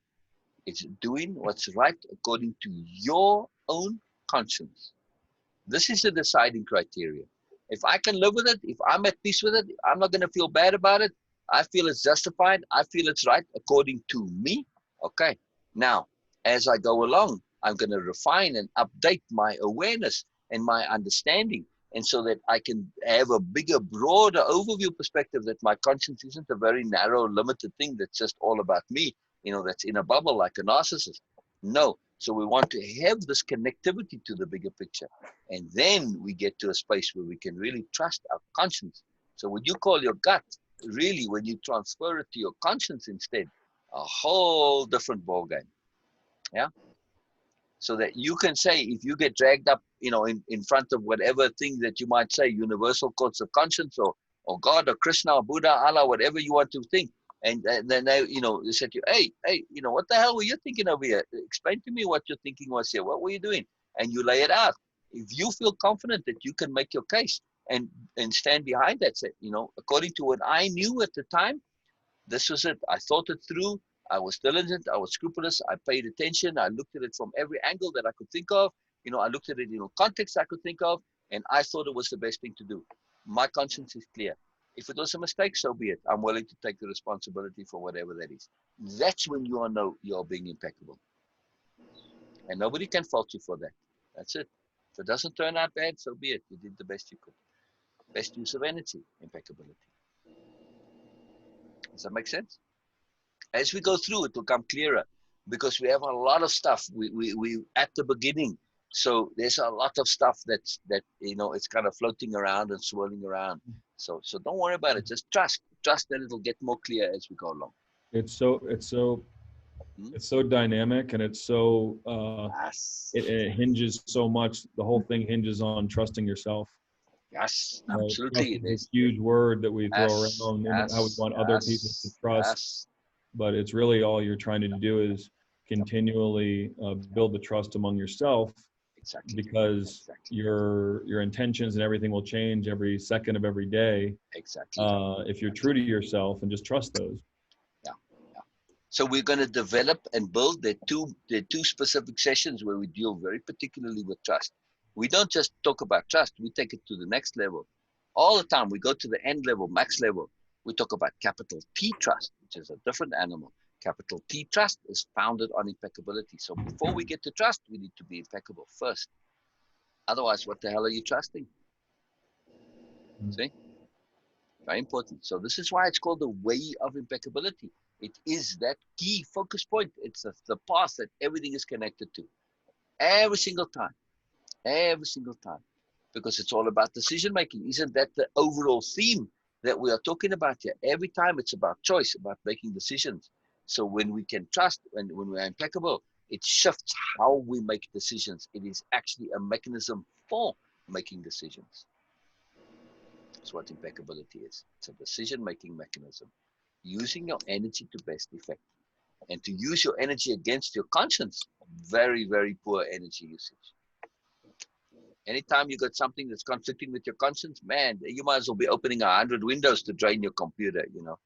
Or you know, you leave the printer running forever or whatever. You know, it's a massive drain. Anything that goes against your conscience, massive drain. Massive drain. Yeah. So being unimpeccable is a ridiculous energy drain. It almost feels as though when you're tapped into your conscious and what's true to your conscious, you're barely using any energy. Conscience, yes. Yeah, when you're not fighting it. Correct. But I mean, you said conscious, and I'm talking about conscience. Slightly different. Conscience. Okay, that's what I thought you meant. Okay, yeah. You just said conscience. Okay. Your conscience is it's a very simple thing.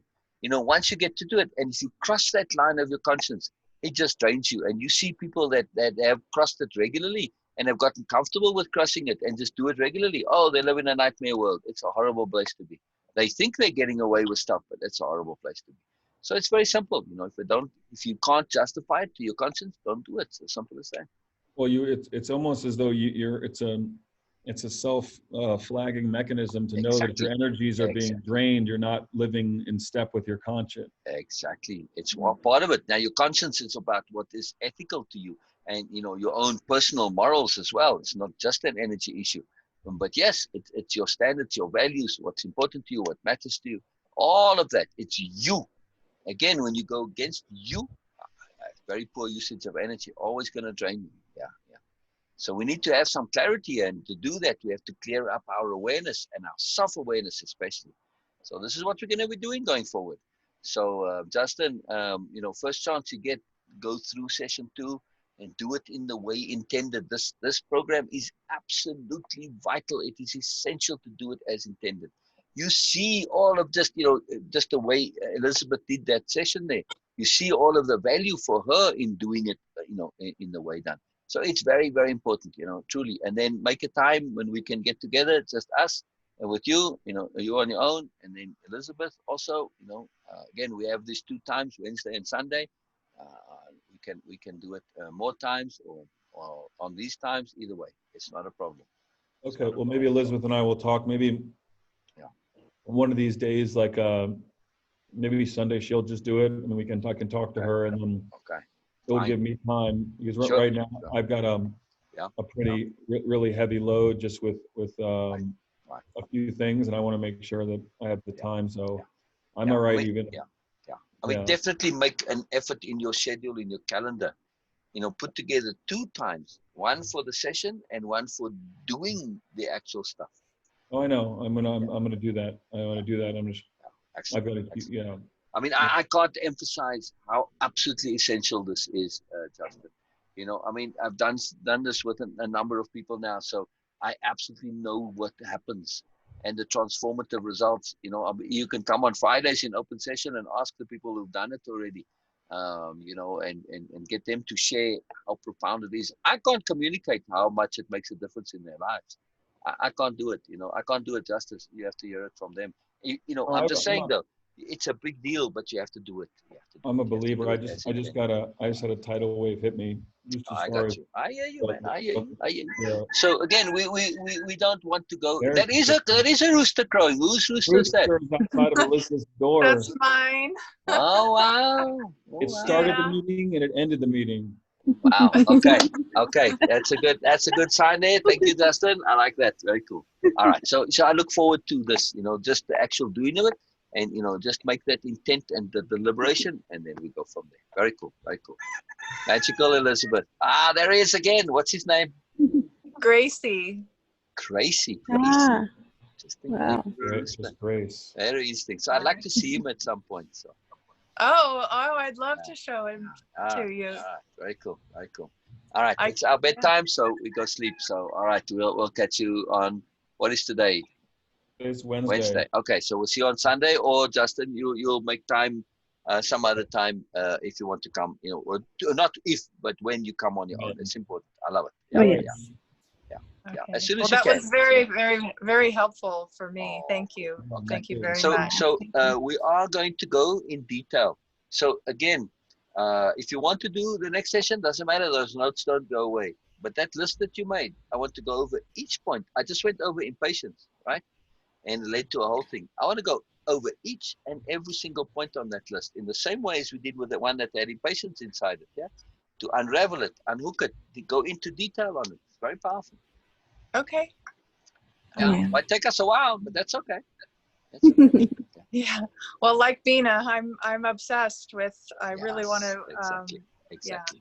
Know myself and know how Right. to be my best. So One thank point you. to add to your dictionary of power right now is the power term of application. And I mean application as in applying what you've learned, right? Without application, all of this is meaningless.